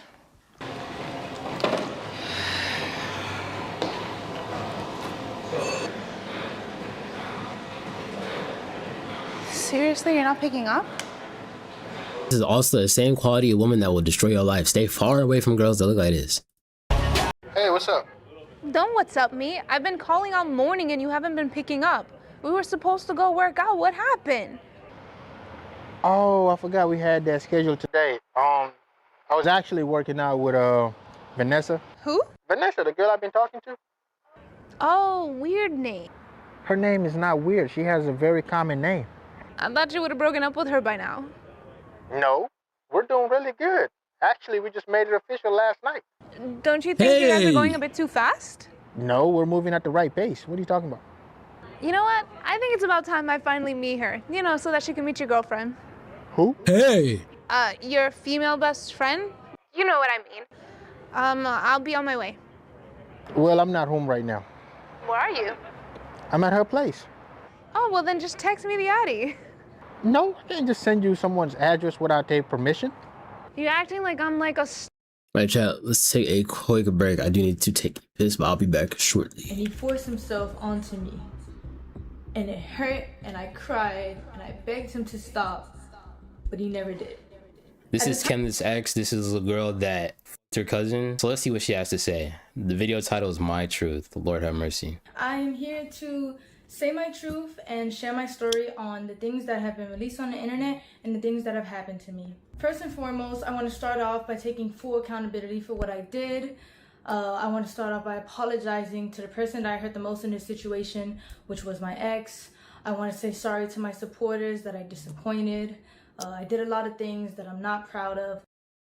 Have you ever noticed how someone can get convicted on the internet before there's even a court case? Because that's exactly what's happening right now. One viral post turns into 10 videos, 10 videos turn into 1 million videos, and before you know it, everyone's acting like the story is already confirmed. It is now July 2026, and the ASU frat leader has had some serious allegations spreading across social media. The claim is that he's connected to misconduct involving minors, human trafficking, and a party house in Bellevue, Washington. Some of the posts even said an arrest happened around June 7th, but here's the important part. As of late July 2026, there are still no confirmed criminal charges, no official arrest records, and no verifiable public legal documents that back up these claims. A lot of what's circulating is screenshots, secondhand commentary, and videos from content creators. The community is completely split, some people in the looks maxing and streaming scenes calling it an internet hoax because of the total lack of hard evidence. Others are still treating the rumors as real and keep debating them on Instagram and TikTok. So today I'm going to react to the main videos and posts that kick the whole thing off, look at what's actually been claimed versus what's been proven, and give my honest thoughts in the situation. Let's get into it.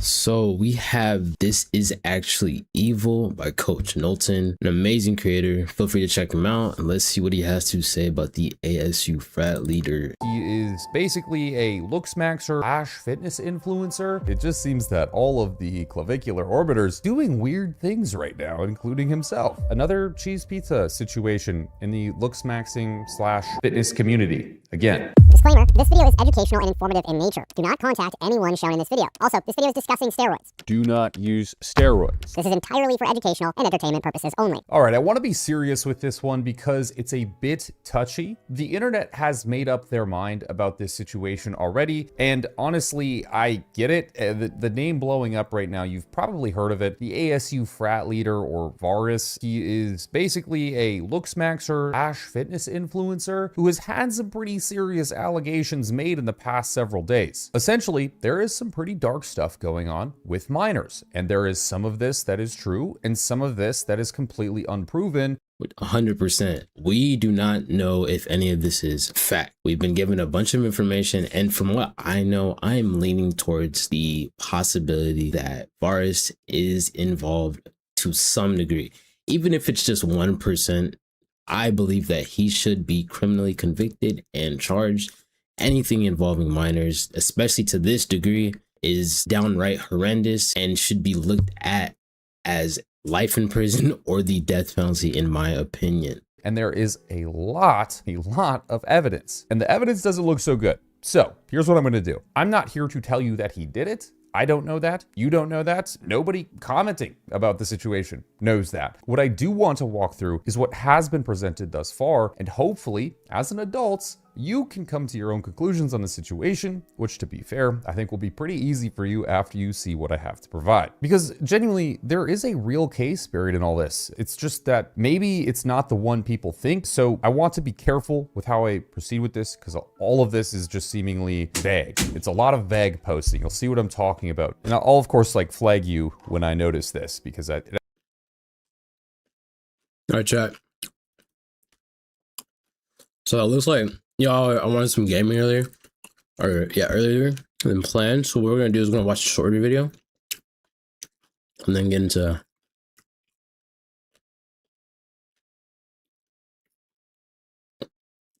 some gaming.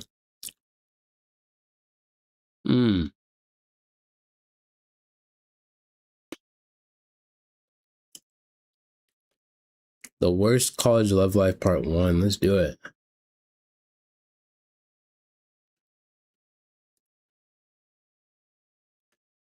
So we got The Worst College Love Life Part 1 by Blarnell. Let's see what the fuck going on.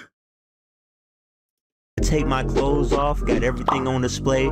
She takes hers off, I'm liking what I see. And then she pulls down her pants and I no longer like what I saw. Really just ball. I feel like a dog. Fuck her once and don't call. She won't get a call back. No, she want my rags. Little bitch, get back. No, we ain't cool like that.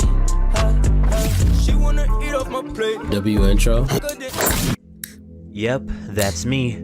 Laying alone in my dorm room on a Saturday night listening to the Canadian cornball himself, Drake. You may be wondering, how did I end up in this sorry state? What could drive me so low that I dip the ice cubes of my feelings into a champagne poppy melody? Well, that's a long story, kid. A long story about my terrible college love life. But before we get into it, we gotta go way back. Not that way back, nigga, damn. High school, the place where all the popular people peaked, and for everyone else it was absolutely mid or dog shit. If you enjoyed high school, you're either a bully or a mutant. See, where I went, everybody was concerned with busting a nut and finding love. Me, on the other hand, I just cared about playing games and hanging with my boys. You see, having a girlfriend in my school was like a status symbol. If you had one, dudes envied you and other girls respected you, because if you're desirable to at least one person, you must be desirable in general, I guess. Regardless, to say I was not very romantically inclined. Hell, there was this one time this girl had her friend ask me out before summer break. I figured, sure, why not? A girlfriend would be a nice accessory to flaunt around, only I completely forgot we were dating over summer and kind of ignored her calls and spent most of it just gaming with friends. And when school started back up, needless to say, her friends took umbrage with me and she was a bit distraught, and I ended up getting jumped in my ass beat in the hallway before first period. Girls were not on my mind, but the funny thing is girls kept wanting to get with me, which I ain't no handsome Squidward, but I ain't no Nigel Thornberry head ass. But it also perplexed me because the monopoly on women in my school was ruled by the jocks and the wannabe SoundCloud rappers at the time. So I'm thinking one of the jocks or some of them, somebody got tired of those bras and just started lobbing their leftovers to the rest of the general populace. But regardless, I kept getting harassed. Now, listen. There's a point to this. I'm not just bringing this up to pump fake or flex, believe me. There's a point I'm trying to make that's definitely going to be relevant later.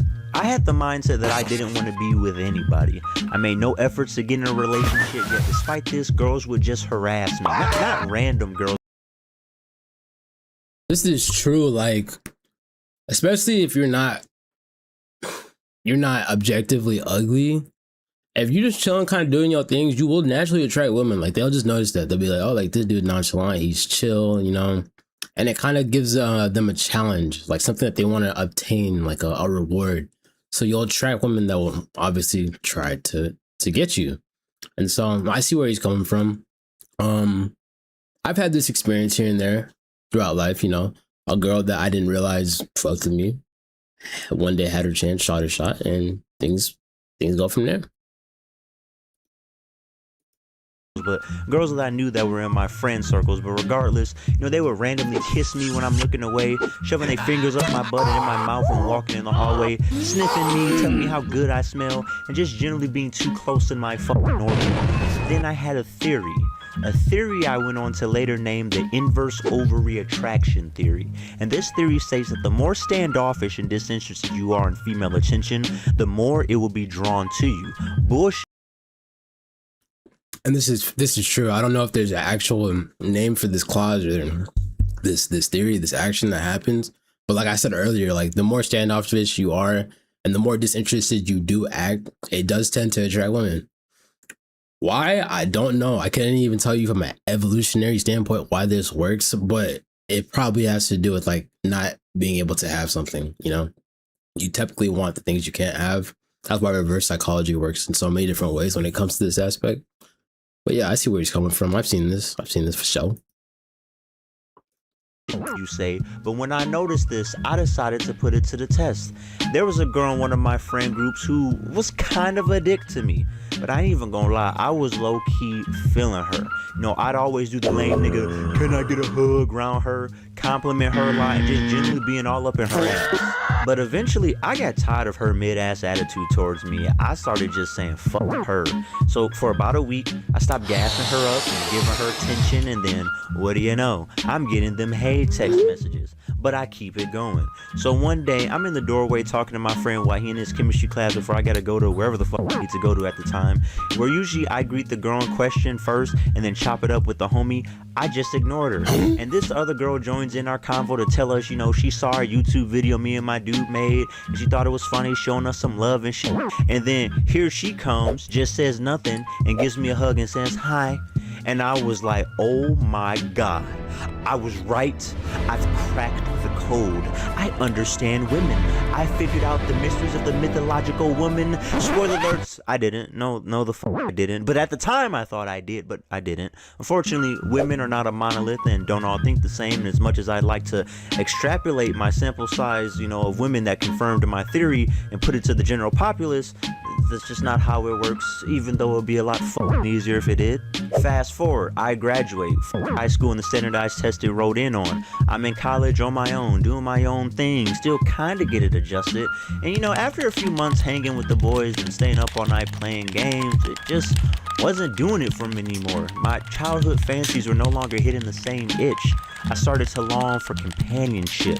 Now, I don't know if it was the brain, the heart, or my USB dongle fueling this desire, but something had your boy going like, I need me a woman. You know, so I brought out old reliable and employed the inverse ovary attraction theory, and that shit did not work. Shit, I was out on the Esplanade in the middle of campus radiating I don't give a fuck energy, and I wasn't getting shit. I went pussy fishing and came up dry. Maybe the universe knew that I genuinely. And there's a reason why his theory no longer worked. This theory definitely would work in high school, and it's because of the pool of people that you have. In high school, typically you've known people that you went to middle school and elementary school with, and that group of people is a lot smaller than when you go to college. So this is why the theory changed. Now, if you were to isolate this same theory to specific friend groups, the theory would most likely still work in some scenario. But the reason why it didn't work is because these people didn't know him, and nor did they know people around it. You can't just walk around campus and just hit the nonchalant ass post like, shorty don't know you. You're just some weird ass nigga standing there trying to order farm. So that's my theory to why this didn't work. But that doesn't denounce the initial theory. I just think it's for more isolated scenarios, which is why it worked better in high school. Wanted female attention now, and because of that, it threw the whole theory. I'm doing good. Thank you for asking. How are you? Off, who knows? But this wasn't the halls of high school. This was the campus of college. I wasn't just competing against old Jimmy Schmidt and Tyrone who slangs dick. I was going up against foreign mofos, motherfuckers with good hair from across the globe, D1 athletes, engineers, the whole shebang. Putting in the bare minimum was no longer gonna cut it. I was gonna have to put in effort. You know, something I've never had to do in terms of relationships, because I never wanted one until I did. It wasn't enough anymore to beat my meat into my sheets and go to sleep. I needed some body heat. And it wasn't until one night where I was alone in my dorm and my neighbor was clapping some cheeks. And I heard it through the wall. My man was grunting, all feral, primal like. I hear the bed damn near destroying the wall. It sounded like Armageddon over there. He put it in the most story. So I thought, because, you know, then I heard the girl say, you know, look, if you're not gonna try, I'ma just leave. Bruh. I took AoE damage from that shit. I felt that nigga's pain from that shit. But then I thought to myself, if that man can get cheeks, I can get cheeks. Which is probably the worst takeaway from that, but fuck it, it was my logic. So, you know, I decided, you know, to get the confidence up and start going on, you know, dates, asking people out. And these get progressively worse in retrospect. This is probably one of the most tame encounters, which I fucked up myself via my own immaturity, I guess. But anyway, I meet this girl in comms class. We get to talking and she seems sweet. She seems agreeable. You know, I didn't have a car at the time and I didn't really feel like venturing too far from campus. You know, she was down with this. We agreed to meet at the campus food court. You know, I get there and there's not a lot of people there, but a good amount. And there was just some badass fucking kids just running around tearing shit up, being all loud and obnoxious. I ignored them along with the rest of the crowds and find her and sit down and, you know, get to chatting with her. And the conversation's going good. It's going all right. We start shooting this shit. We laugh and she smiles. It's all good times. Then I get distracted by them bad, loud ass kids, you know, throwing shit out the window and just, you know, thinking, dear God, kids are fucking goofy and I'm glad I ain't got to deal with them little shits. You know, but then it's like I see them look over here and make direct eye contact with me, and then they run up to our table and I think they about to just randomly fuck with us. But then they turn to the girl and say, oh, mommy, is this going to be our new daddy? You know, and she laughs and tells them to go back playing. Well, I wasn't laughing. What? And I wasn't up for no playing. You know, so I said, bro, this reminds me of this one girl I used to mess with, and she had a kid. And even to this day, bro, I don't know why. I made a pretty good impression on the kid. I think I had bought this nigga McDonald's and like some race car, you know, just like, you know, he a kid, like she was cool. So I bought him some shit. Like, why not? He's a nice little nigga. He let me borrow his mom on occasion. But to this day, since I was always so nice to him, this boy still calls me and he think I'm his dad. That nigga will call me, be like, hey, other dad. Like, nigga, what? I am not your father. But I don't know how to tell that little nigga. And I even told his mom, hey, tell that nigga I'm not his dad. But to this day, like, she'll call me or something. She'll be with him. She'll be like, oh, hey, Timmy wants to say hi. Timmy be like, hey, other dad. I just be, oh, that shit should be having me lit.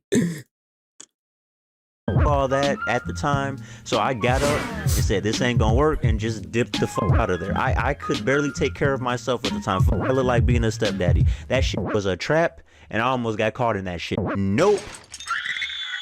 You know, try to hit it up again. You know, I meet this chick at one of the campus anime clubs. You know, she was a little cute 4'9" thing, shortish, you know, but just small and petite. You know, I could fit her in my pocket. Of course, we started bonding over anime, particularly how we both thought Rock Lee was the GOAT and should have been the main character Naruto, but that's a combo for another video. But we decided to hang out more and start semi-dating. One thing I didn't notice at the beginning that became very much so apparent later on was that she was a fucking talker. I know I blab, good Lord knows I blab, that's the whole point of my channel, but this nigga had the gift of gab that would drive you mad. You know, she was the kind of girl that held the whole conversation herself, required only a or from you, and she'd always bring up Harry Potter at the most random of times.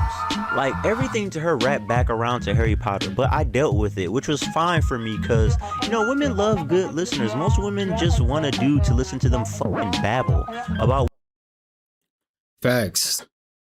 You can pull or keep a girl interested just by knowing how to allow her to continue a conversation.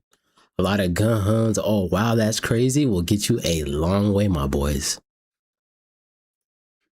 whatever, really. And I figured I could do that, and maybe, just maybe, it'll go somewhere.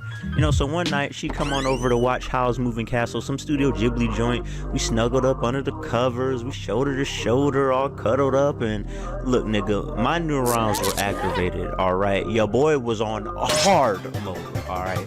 She came over to Netflix and chill. It's all dim and sleek, and I'm ready to clap some cheeks, you know? So I look over, you know, give her that look, and she looks at me, and then just just mentions how this scene reminds her of a scene from Harry Potter and the Goblet of Fire, and I'm like, oh my fucking god, not now. I'm on hard. Fuck Harry Potter and this goblet. I want you to gobble on this Harry Pot. And she keeps going on and fucking on, and I got deflated, bro. I felt the energy leaving me, and you know, I just got weary, and she kept going and going. Fuck, the movie's not even on at this point anymore. She's still going, and eventually I just fell the fuck asleep. You know, I tried to hold on, but I couldn't. And then I wake up to my roommate fucking tapping me awake, and I look over and her ass is gone. And I'm like, what the fuck happened? And he tells me he came in around 2 a.m. and saw her in my bed still talking. He ignored it, gave it a minute, but when he started to get ready to go to bed, he asked us, air quotes, if we could be quiet or take it outside, and she took the biggest offense to it, apparently saying we're having a good conversation, just wear your gaming headset, we're not even talking that loud, and a big argument fucking happened, and he kicked her out. You know, I'm getting all this info from his POV, and honestly, I don't give a fuck. Nigga, if my roommate ever came into my room and then spoke to a female like that, I'd beat that nigga's ass. Even though, yes, she was being annoying. Like, you gotta talk to me about that, not her. Like, what the hell? She ain't do nothing to you, bro. Yes, she was being a little loud, but that's something that you gotta speak to about me. Like, you cannot be kicking one of my hoes out. That's absolutely crazy. I'm glad that she's out. And it's saying that she was doing all that talking, didn't even realize I was fucking asleep. Just babbling. How self-absorbed. And I'm like, that wouldn't have worked anyway. Alright? When my roommate said sorry and blah blah, I just cut him off and said, thank you. And just went back to fucking sleep. Now at this point, I'm trying to think, do I want a deep, fruitful connection with someone, or do I just want to fuck? You know, I'm a late blooming ass nigga who doesn't even know what he wants from his emotions, so I consulted my resident pussy whisperer friend Roch, who gets more ass than anyone We can do some gaming after this video. I knew at the time. You know, I told her my struggles, and she said I should try it. I say try one. She says just fucking.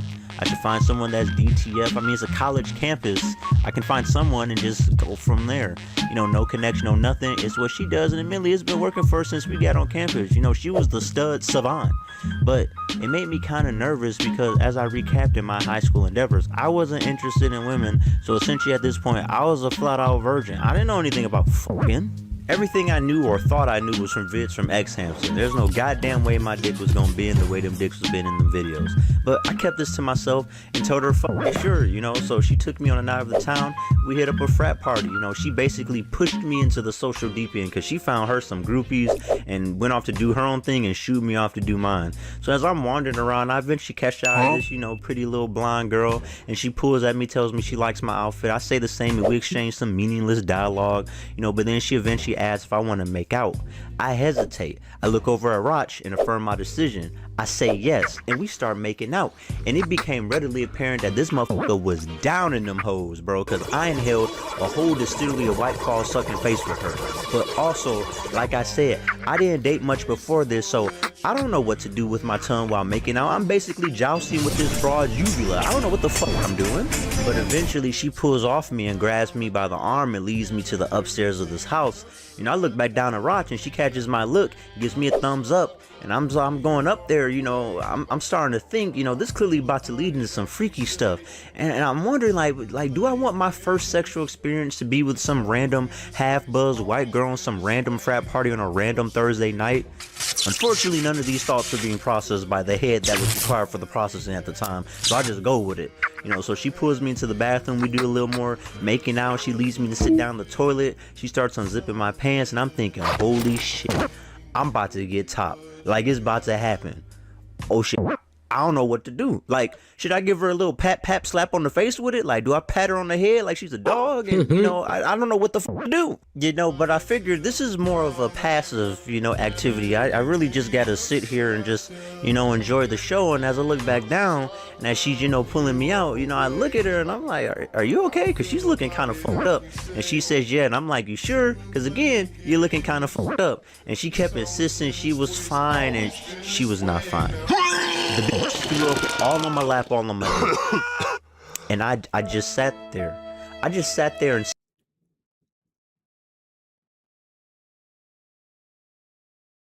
You about to get topped off for the first time in your life, and this is your experience? Shit, I may never want to top again. That is insane. She threw up on the nigga lap, bro. What? Shy. stared as my manhood was covered in regurgitated White Claws and most likely Starbucks mocha lattes. And I'm just thinking, God hates me. I have sinned or pissed this nigga off, and this is divine retribution for something. You know, so I just defeatedly stand up, dick dripping white girl batter, and just walk over to the sink and wash myself off. And I think I started crying a bit too, like one tear just dripped from my eye, because I was like, why? Like, I want love, can't find love. I want to fuck, can't fuck. This is madness. And I hear a knock on the door, and Radish bursts in, acting all happy like she was interrupting me and thought she was being a troll. And then she just sees me in my defeated, goopy, dick-stained state and just stares at me. Looks at my dick, back at me, then at the white girl, then back at me, then back at my dick, then back at me, and just asks, is it time to go home? And I'm like, yeah, it's time to go fucking home. Now, you may think that I've just given up, but I did not. After taking a long-ass hot shower and scrubbing thoroughly till the skin fell off, I took the advice of old Rocky and kept on going with the punches. So I basically used Roch as my own DTF dispensary, and I asked if she could put me on with any girl she knew, preferably not studs, you know, so I can continue to try out this whole fuck without emotions thing. And she hooks me up with this one girl who, by her own admission, was a free spirit, and from my mind, that just means she's a hoe, but I'm a hoe too, so we can just hoe it the fuck up, so that's cool with me, you know. So regardless, we skip the BS and get right into talking about doing the deed, you know. And she asked if I eat out, you know, and me capping out my ass said, yeah, you know, I eat out, I've done it before. Cap. And she said, you know, after classes, if I want to, I can come over and nibble on some carpet. My words, not hers. And I'm like, sure, why not? And the whole day, I'm just thinking about what I've committed to. I don't know how to eat box. Why did I lie? Why did I cap? I don't know what the fuck I'm doing. Whole time I'm feeling like J. Cole. And I'm thinking, eating out is foreplay for what's to come, which I also haven't done. So I'm trying to recall the knowledge I've learned from X Hamster, X Videos, Pornhub, Spank Bang, all that to prepare myself. Class is over, night comes, I head over to her dorm room. We start talking about useless shit, and then after a while she gives me that look. You know, so we start kissing and shit. And then I'd like to say she gently guided me down to her nether regions, but no, that nigga had that gorilla grip. I thought she was about to crush my fucking skull. She damn near forced me into that gooch. I was about to eat that shit whether I wanted to or not. So as I'm down there looking at the eye of the beast, I'm thinking, I have no clue what the fuck I'm about to do down here, homie. I employed all the tactics I learned from the greats. I tongue blasted like Yoshi and started tongue flailing like I was SpongeBob getting ready to play the clarinet. I had no clue what I was doing, but then I started to taste liquid, so I was like, okay, I must be doing something right, like she got some gushy going on. But then I noticed these juices taste rusty, like pennies. Like I was sucking on a fucking penny. So I pull back and I just see blood. It's just all down there, all around my mouth, and I'm like, no, the fuck. This nigga been going through hell, and I've had a decent amount of experiences, and I ain't never had some shit like this happen. That boy must be a vampire way he was eating that blood. Ain't no way. And she looks down and says, what's wrong? And goes like, oh, yeah. So does this mean you're done? Oh my, oh my fucking God. That's actually crazy, but that means he may have been doing a good job if she asked if he was done, you know, like, you know, me personally, I'm done, but I would take that compliment. Bro, am I done? Am I fucking done? This bitch had me making love to a broken ketchup bottle, and she's like, am I done? As if I fucking continue. I've never wanted to shoryuken a woman more than I did in that entire fucking moment. I am not a woman. I do not have a vagine, but I'm pretty sure you motherfuckers run on cycles. You know when it's gonna happen. Probably not precisely, but a general idea. I was bam fucking boozer. I went the fuck off and got the hell out of there, bro. You know, and so I left, rinsed the fuck out of my mouth with every goddamn cleaning thing I could find. I told Roch this, and she thought that shit was funny, calling me Count Blackula and shit. I wanted to be her ass too. As a DTF provider, I give her services and her fucking clientele a 0 out of 5 fucking stars. And you might be thinking now I've given up, but I haven't. My resilience is cockroach made. I'm not giving up yet. Yes, these stupid, gross, disgusting fucking occurrences are happening, but it can't be forever. There has to be an eventual win. If everyone had terrible luck like this, no one would be born. I wouldn't be born. It's clearly possible to have a loving relationship and or a normal fucking sexual experience. It's clearly possible. I just have to keep trying. I should have gave the fuck up. So a week goes by me just giving the fuck up on this madness. You know, I'm just keeping to myself. I'm just chilling. And one day while I'm on the campus Esplanade, you know, I see this one girl and I say, you know, sure, why not? You know, I spit some game and we hit it off. And you know, it goes from there. We hang out, we chill, we game, and then things start getting a little more personal. You know, we start talking about sexual and goofy stuff. You know, I tell her about all the dumb shit I've encountered in my dating life. I tell her the highlights, and she finds it funny, which in retrospect, you know, I guess it is. At the time, it was fucking not. How I avoided catching something is beyond me, but I wish my luck extended just past that alone. You know, but as we delve deeper into these sexual topics, she asks if I'm a top or bottom. Now listen, at the time, I thought this meant that if you're a top, you're the one who rides on top. And if you're a bottom, you're the one that's on the bottom getting rode on. I was a fucking inexperienced virgin. Don't you judge me. Don't you shame me. I was just a fucking baby. So I say a bottom, and she asks if I'd want to do the deed, you know, sometime if I'm up for it. And I'm like, yeah, you know, I like her. You know, it's been going on a few weeks now. Things are great. She seems normal. I haven't heard shit about her period in the time that I've known her. Sure, why not? Couple days go by, we link up. I meet at her dorm while her roommate's out, and of course, you know, we start kissing. No gorilla grip into the box, no kids popping out of anywhere, not a whiff of a Bloody Mary. She seems sober. It's all going right. I take my clothes off, got everything on display. She takes hers off, I'm liking what I see, and then she pulls down her pants, and I no longer like what I saw.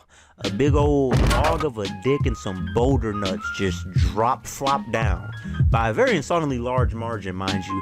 And she asks if I'm ready, and me still coming to terms with what the fuck is going on, you know, as ready for what. And she says, you know, to receive me to bottom. And that's when it clicked. And I was just like, no, I'm not doing this.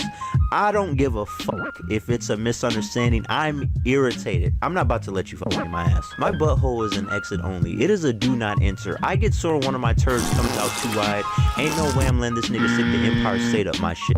And I'm like, I don't want to do this. This is a misunderstanding. I didn't know you. This some shit you could never get out of me if it actually happened. What you mean? She better what? Jesus. You were trans, and I definitely didn't know you wanted to fuck me in the ass, you know. And then she goes off, starts calling me a bigot, and I'm transphobic, saying I was down to fuck, but now that I see she has a dick, I don't want to anymore. And I'm like, yes.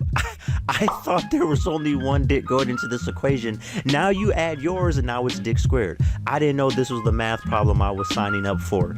And I'm trying to say I'm not transphobic. I'm none of that. I just don't want to get fucked in the ass. I wasn't mentally aware that you were coming into this encounter with the peripherals you're coming into this with. I thought this was a one joystick co-op game. I didn't know you was rolling up with the adapter. Regardless, I'm putting my clothes back on, but this motherfucker is still yelling and calling me transphobic and a bigot. I'm like, I don't fucking care at this point. I just want to leave. But then there's a knock on the door, and it's the fucking campus security who are doing rounds and heard all the noise, and she answers the fucking door with her dick still out, telling them I catfished her, bitch, cap, reverse. And I'm this and that dick just flanging. I'm trying to leave, and they're like, no sir, stay here. What dorm do I stay in, sir? What's your student ID? What's my number and shit? And ma'am, please put some clothes on. And I'm just fucking trapped and embarrassed. I wanted to jump out that fucking dorm window like I was Crash Bandicoot. I didn't give a fuck if it was the 7th floor. I wanted out.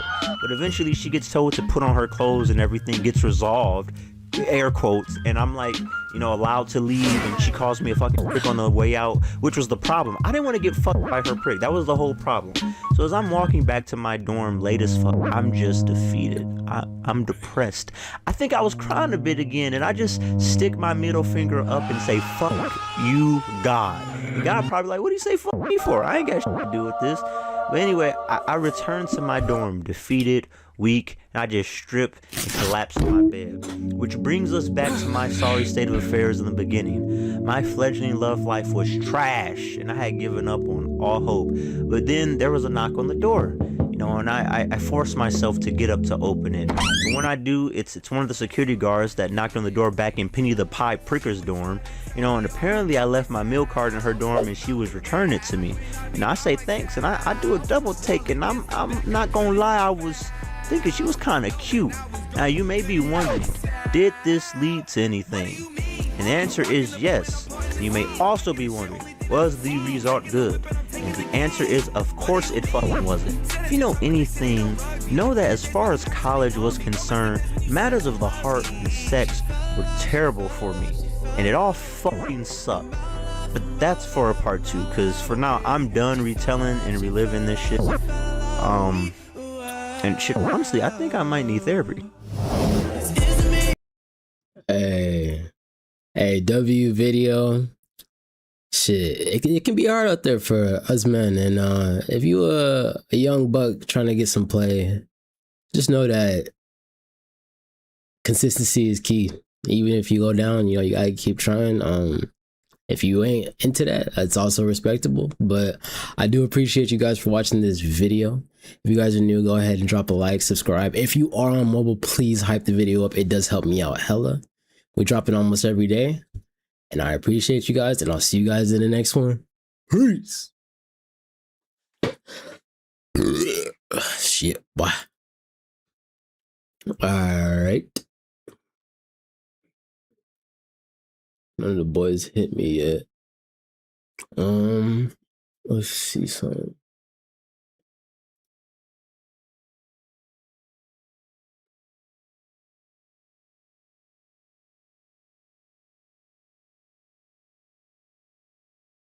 So there was one more video I wanted to watch.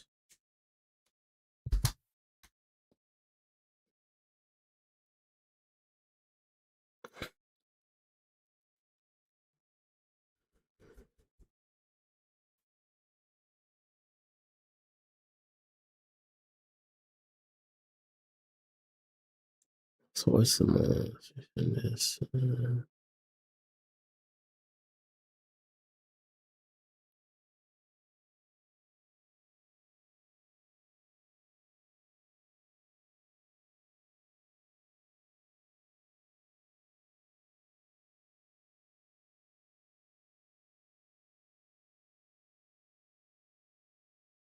Let's see.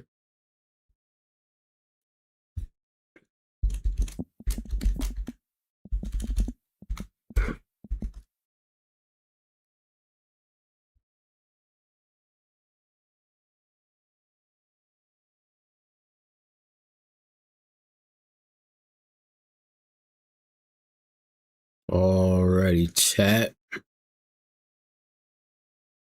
Alright, guys, welcome back. We got some of y'all may know Mikey Williams. He was a popping basketball player back in the day. Ended up getting caught up in some gang shit instead of keeping his head down. And so he kind of went out. I think he beat his case. I'm not too sure. I've searched up to figure it out. But time has passed, and so we about to figure out what happened to Mikey Williams. He just turned 22. Let's get into it. Oh, look, Mikey Williams' potential in the NBA is, I think, done. I think it's done. I don't think we're going to be seeing Mikey Williams in the NBA. Mikey Williams has now turned 22 years old, and the way he lives now is sad. There is no other word for it. Not long ago, he was the most talked about teenage basketball player in the entire country. Every major outlet was covering him. NBA superstars were posting about him. Corporations were writing him checks before he ever played a college game. The world had already decided he was going to be a star. But somewhere between that moment and right now, everything changed. Off-court troubles derailed his path. His career stalled in ways nobody saw coming, and the future that once looked inevitable suddenly became uncertain. The story behind how it all fell apart is more complicated than most people know. Stay with us until the end, because this one is worth understanding fully. To understand what Mikey Williams is right now, you have to go back to where this all started. Before he turned 18, before he played a single college basketball game, before any of the legal headlines, Mikey Williams had already become one of the most recognized young basketball players in the entire country. That is not an exaggeration. That is just the reality of what this kid was. Growing up in San Diego, California, Williams possessed a combination of raw athleticism, explosive leaping ability, and an instinctive scoring touch that made scouts and coaches stop everything they were doing and pay attention. He was putting up numbers in high school that seemed almost unreal. As a freshman at San Ysidro High School, Williams averaged nearly 30 points a game and at one point dropped 77 points in a single contest, breaking the school's single game scoring record before he had even started shaving regularly. 77 points in high school. Let that sink in for a moment.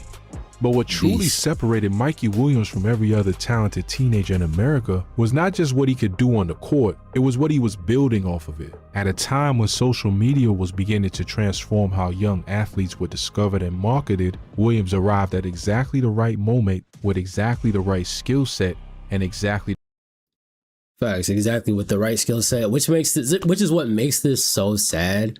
Because I remember, like, there was a point in time where you get on Instagram and if you saw anything regarding basketball that wasn't the NBA or even was the NBA, this nigga always came up. And so it was just sad to see his downfall. And the thing is that he does still have some fame and notoriety. And so I hope he's able to pivot that and at least like have a financial gain from all of this. But yeah, this dude went down the deep end for sure. The right personality for the digital age. His dunks went viral. His mixtapes circulated across YouTube, Instagram, and Twitter with the kind of organic momentum that marketing agencies spend millions trying to manufacture artificially. LeBron James himself praised the kid. NBA stars were posting about him, sharing his clips, and essentially validating to the entire basketball world that this teenager from San Diego was the real deal. Before he even played his junior year of high school, Mikey Williams had amassed millions of followers across his social media platforms. More than 3 million people on Instagram alone. He was not just a basketball prospect, he was a cultural phenomenon. He was a brand, he was a story that America had already decided it wanted to follow all the way to the NBA. And that kind of attention brought the kind of financial opportunity that most professional athletes do not see until after they have already been drafted. When Williams was a junior in high school, he made history in a way that nobody had ever done before in American sports. He became the first American high school basketball player to sign a major footwear endorsement deal, inking an agreement with Puma that made national news and sent shockwaves through the sports business world. Think about what that moment represented. A teenager still in high school, not yet committed to a college program, had convinced one of the largest athletic brands on the planet that he was worth investing in before he had played a single minute of college or professional basketball. That does not happen unless the people writing the checks believe with total confidence that this player is going to become one of the faces of the sport for the next decade. Puma was not making a gamble. They were making what appeared at the time to be an obvious business decision. Mikey Williams was going to be a star, and they wanted to be attached to that star from the very beginning. The expectations that followed were extraordinary. As Williams entered his final years of high school and began navigating the recruiting process, he was not being recruited as just another talented prospect. He was being discussed as a future lottery pick, a potential franchise cornerstone, a player whose combination of talent, marketability, and cultural footprint could make him one of the most valuable young athletes in all of professional sports. Blue blood college programs came calling with the kind of aggressive recruitment reserved for once-in-a-generation prospects. Analysts on ESPN and CBS Sports were already projecting his trajectory. His Instagram numbers were growing faster than his already impressive statistics. The narrative around Mikey Williams was not a question of whether he would reach the NBA. The narrative was about how quickly it would happen and how dominant he would become once he got there. Nobody was writing cautionary tale articles. Nobody was raising red flags.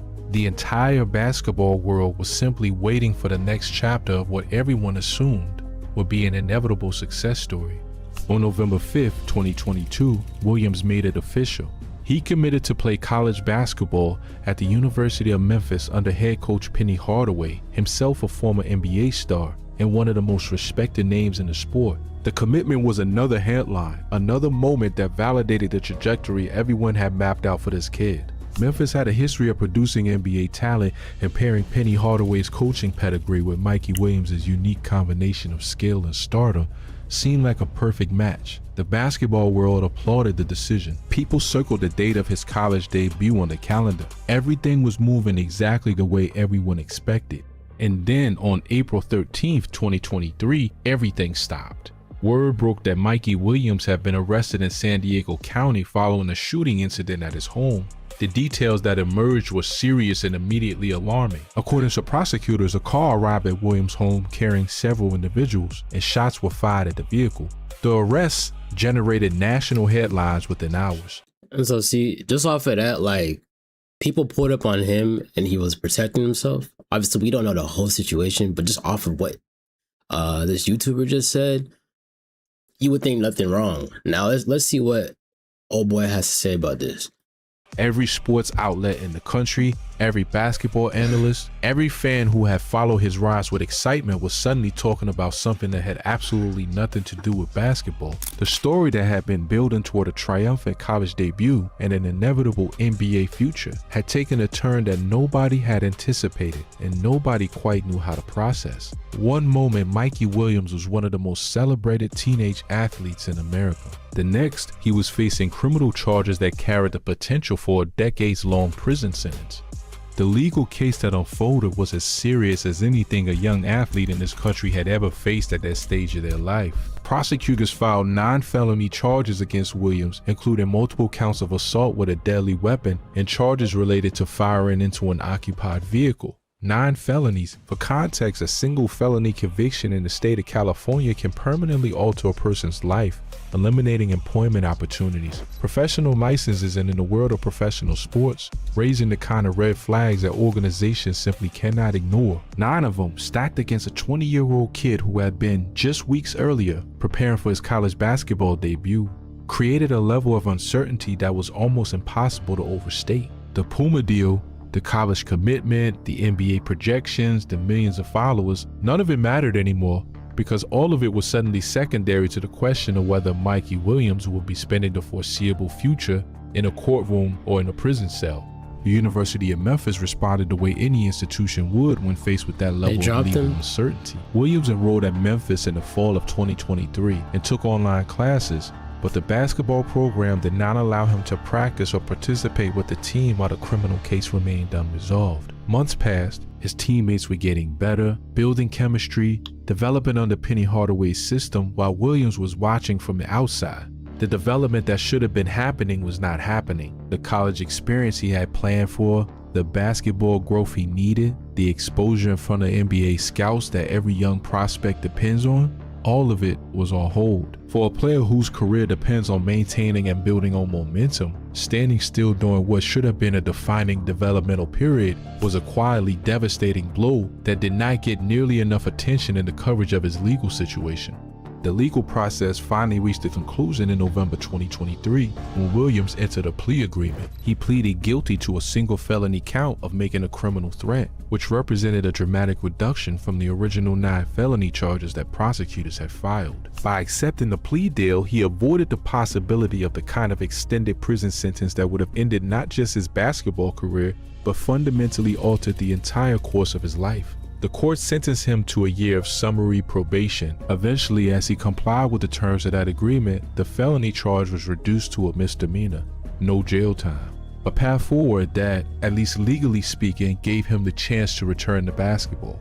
But here's the part of this story that the headline writers moved past too quickly. The legal outcome, as favorable as it ultimately was compared to what he could have faced, did not erase the damage that had already been done. Public perception had shifted permanently. The conversation around Mikey Williams was no longer about lottery picks and endorsement empires. It was about second chances and character concerns and whether the kid who once seemed destined for superstardom could even hold a roster spot at the college level. The momentum that takes years to build, the kind of momentum that Williams had accumulated through thousands of hours of work and millions of hours of media attention, had evaporated in the span of a few months. And in the high-speed world of modern basketball recruiting and scouting, that kind of lost time and lost momentum is extraordinarily Detrimental. difficult to recover.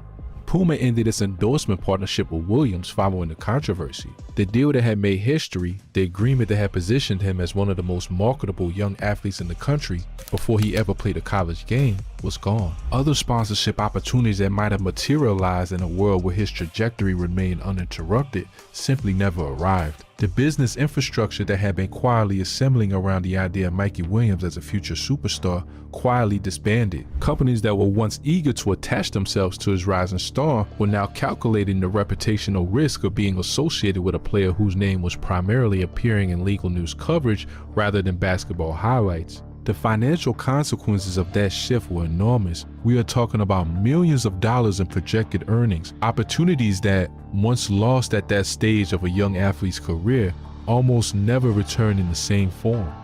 After the legal case resolved, Williams made the decision to leave Memphis entirely. The program had made clear through its actions and through the long delay in clarifying his status that his return to the basketball team was not a priority for the university. His attorney said as much publicly. Williams entered the transfer portal and committed to the University of Central Florida, adding a prayer emoji to his announcement and writing 4 simple words that captured everything. All I needed was a chance. It was a phrase that hit differently when you understood what the previous year had looked like for him. Here was a player who had once been pursued by every major program in the country, who had been celebrated by NBA superstars, who had signed a historic endorsement deal as a teenager, now simply asking for someone to let him play college basketball. UCF gave him that chance. But the 2024 to 2025 season at UCF was not the triumphant comeback that his supporters had hoped for. In 18 games with the Knights, Williams averaged just 5.1 points per game and 14 minutes of floor time per contest. Those numbers were not the production of a projected lottery pick. They were not the numbers that prompt NBA scouts to rearrange their schedules. For a player who had once averaged nearly 30 points a night in high school and had been ranked as the top prospect in the country during parts of his high school career, averaging 5 points in limited minutes at the college level was a sobering reminder of how much the interruption had cost him. The development gap, the lost seasons of competitive basketball, the disruption to his confidence, his rhythm, and his professional trajectory, all of it showed up in those statistics in ways that were painful to watch for anyone who remembered what this kid was supposed to become. The transfer portal became his destination once more. In April 2025, Williams committed to Sacramento State University, a program undergoing a dramatic transformation of its own under the newly appointed head coach Mike Bibby, the former Sacramento Kings star and NBA point guard, and with NBA legend Shaquille O'Neal serving as the program's general manager. It was a fascinating combination of circumstances. Sacramento State was rebuilding itself around big names and major personalities, and Mikey Williams fit that narrative. ESPN Shams Charania reported the move. It was news again, and for a moment it felt like the kind of fresh start that might actually work. And to be fair, Sacramento State gave Williams something UCF never quite did, a starting role and the opportunity to be the centerpiece of an offense. His 2025 to 2026 numbers reflected that change in role dramatically. At Sacramento State, Williams was putting up over 17 points and 4.5 assists per game, showing flashes of the talent that had once made the entire basketball world stop and take notice. There were individual performances, including a 34-point game against Idaho State, where the old Mikey Williams reappeared briefly and reminded everyone watching that the skill had never completely disappeared. The question was never whether he could score basketball. The question was always bigger and more complicated than that, because NBA scouts, as the reporting made clear, remained unconvinced. Draft analysts were direct in their assessments. Despite the improved statistics at the college level, the level of competition at Sacramento State is not the level that NBA decision makers use to evaluate prospects in the modern draft era. Averaging 17 points against Big Sky Conference competition is a very different thing than averaging 17 points against the ACC or the Big Ten or the SEC. The players Williams was dominating at Sacramento State were not the players he would be expected to compete against in the NBA. And when scouts looked at the bigger picture, they saw a player who had spent years bouncing between programs, who had demonstrated inconsistency at a higher level of competition, who carried the legal history that, organizations with millions of dollars invested in roster decisions take very seriously, and who was now putting up numbers in a conference that did not typically produce NBA rotation players. The projection that multiple analysts shared was not encouraging. The consensus among those who scout the draft professionally was that Williams was currently trending toward being undrafted, a conclusion that, when placed alongside the trajectory everyone once mapped out for him, is almost too stark to sit with comfortably. And then came another setback. And you got to realize, like, after going through that legal stuff, I imagine that his mental was just completely tarnished. Like, just having to question every day whether or not your freedom could be taken away at any given moment is already more than enough. And so I see why his stint at UCF was bad. I do like the fact that at Sacramento he did better, but as you saw and heard in the video, the analyst said that he wasn't competing in a conference that was determining or was against the type of players he'd be playing in the NBA. So sad to hear. It definitely is. During the 2025 to 2026 season at Sacramento State, Williams missed 10 games due to injury, including the final 8 games of the season. In a situation where every game matters enormously for his professional case, where every performance is another data point that scouts are watching, losing the back end of his season to injury added another obstacle to a journey that had already accumulated more obstacles than anyone could have predicted. The path that once ran straight and smooth toward the NBA had become something else entirely, something winding, uncertain, and marked by detours that nobody who watched him play in high school could have imagined. So why does all of this feel sad? That is a word that gets used a lot when people talk about Mikey Williams now.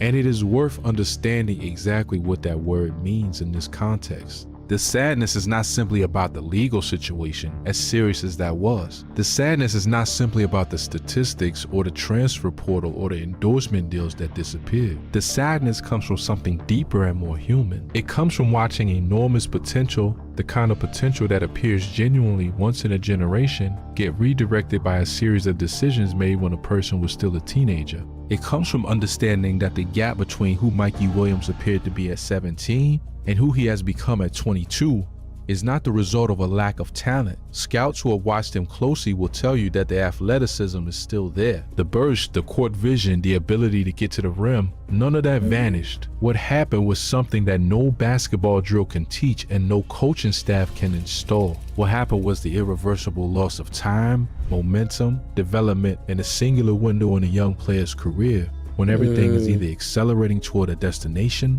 or quietly beginning to drift. There's also a broader lesson embedded in the Mikey Williams story that the basketball world has been reluctant to discuss openly. The ecosystem that elevated him to cultural superstardom before he finished high school, the social media machine, the viral highlights, the $1 million endorsement deals before a college debut, the national media attention, none of that infrastructure was designed with a teenager's long-term well-being in mind. It was designed to extract value from a remarkably talented young person at the exact moment when that talent was most marketable. What it did not account for was the pressure that level of attention places on someone still growing up, still making the kinds of mistakes that every young person makes, still figuring out who they are and how to navigate a world that had decided before they were old enough to fully understand the stakes that they were going to be a superstar. That does not excuse the decisions that were made. The events of April 2023 had real consequences, and the people involved in that situation faced real harm. Accountability matters, but understanding why someone in that position might make poor decisions, understanding the environment that surrounded him and the pressure that had been building since middle school, understanding that the same ecosystem that celebrated his dunks and packaged his image for corporate partnerships did not necessarily prepare him for the weight of all of that attention is part of telling this story honestly. Mikey Williams was never just a basketball player to the industry that built itself around him. He was a product. And when that product became complicated, the industry moved on quickly and efficiently. The human being left behind was 20 years old and facing 9 felony charges. That asymmetry deserves acknowledgement. What remains for him now is a question that only time will answer. He has eligibility remaining. He has a Sacramento State program behind him, with Mike Bibby coaching him directly. A man who spent a career as an elite point guard in the NBA and understands better than most what it takes to make that leap. He has shown in individual moments that the talent is real and that the ceiling has not completely disappeared. If he can stay healthy, stay focused, continue developing his decision making and his efficiency, and find a way to produce consistently at a level that makes NBA organizations look past the history and see the player, there is still a version of this story that has more chapters to write.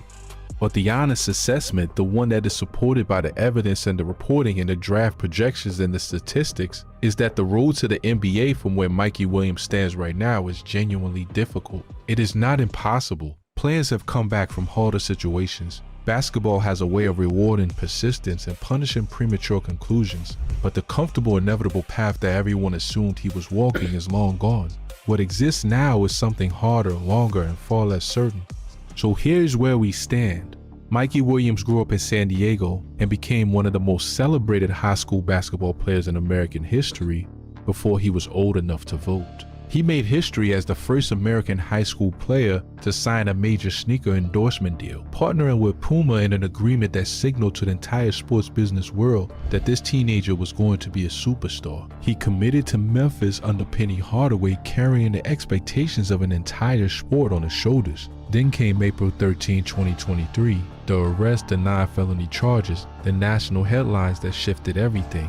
He navigated the legal process, avoided prison, and eventually had his charge reduced to a misdemeanor, but not before losing his endorsement deal, missing years of critical development and watching the enormous momentum that had been building around him since middle school slowly dissolve.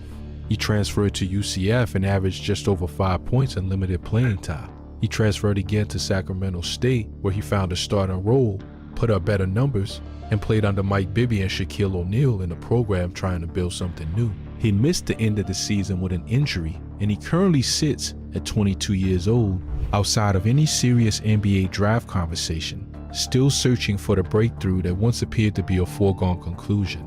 That is the story of Mikey Williams at 22.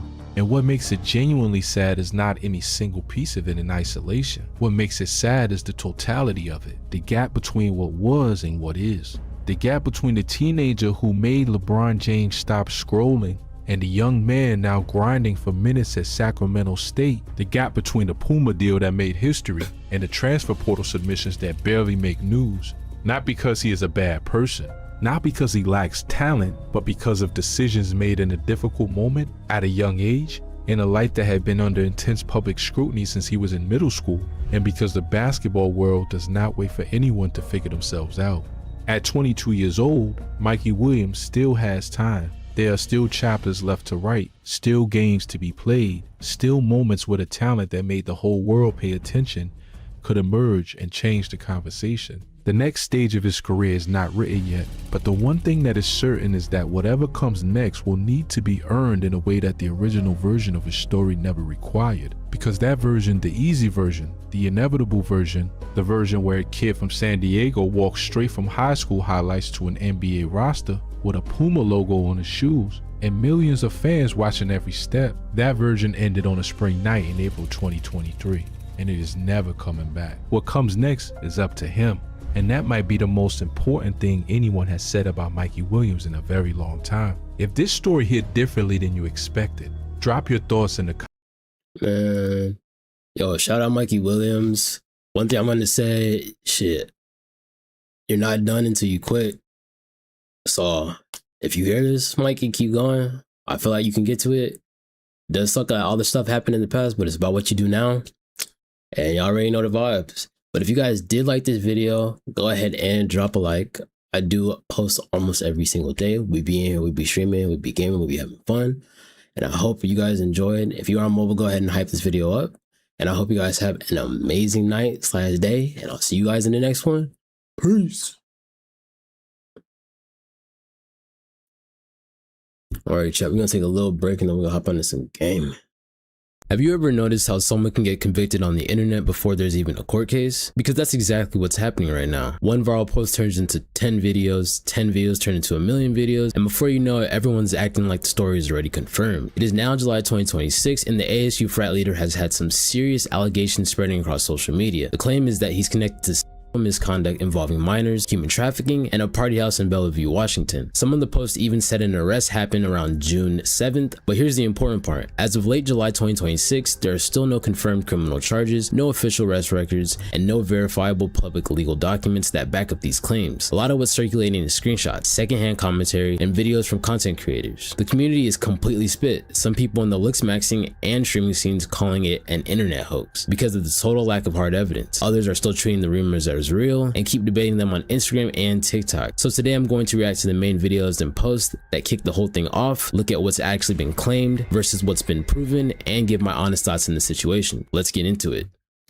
So we have This Is Actually Evil by Coach Knowlton, an amazing creator. Feel free to check him out and let's see what he has to say about the ASU frat leader. He is basically a looks maxer / fitness influencer. It just seems that all of the clavicular orbiters doing weird things right now, including himself. Another cheese pizza situation in the looks maxing / fitness community. Again. Disclaimer, this video is educational and informative in nature. Do not contact anyone shown in this video. Also, this video is discussing steroids. Do not use steroids. This is entirely for educational and entertainment purposes only. All right, I want to be serious with this one because it's a bit touchy. The internet has made up their mind about this situation already, and honestly, I get it. The name blowing up right now, you've probably heard of it. The ASU frat leader, or Varus, he is basically a looks maxer / fitness influencer who has had some pretty serious allegations made in the past several days. Essentially, there is some pretty dark stuff going on with minors, and there is some of this that is true and some of this that is completely unproven. 100%. We do not know if any of this is fact. We've been given a bunch of information, and from what I know, I am leaning towards the possibility that Varus is involved to some degree. Even if it's just 1%, I believe that he should be criminally convicted and charged. Anything involving minors, especially to this degree, is downright horrendous and should be looked at as life in prison or the death penalty, in my opinion. And there is a lot of evidence, and the evidence doesn't look so good. So here's what I'm gonna do. I'm not here to tell you that he did it. I don't know that. You don't know that. Nobody commenting about the situation knows that. What I do want to walk through is what has been presented thus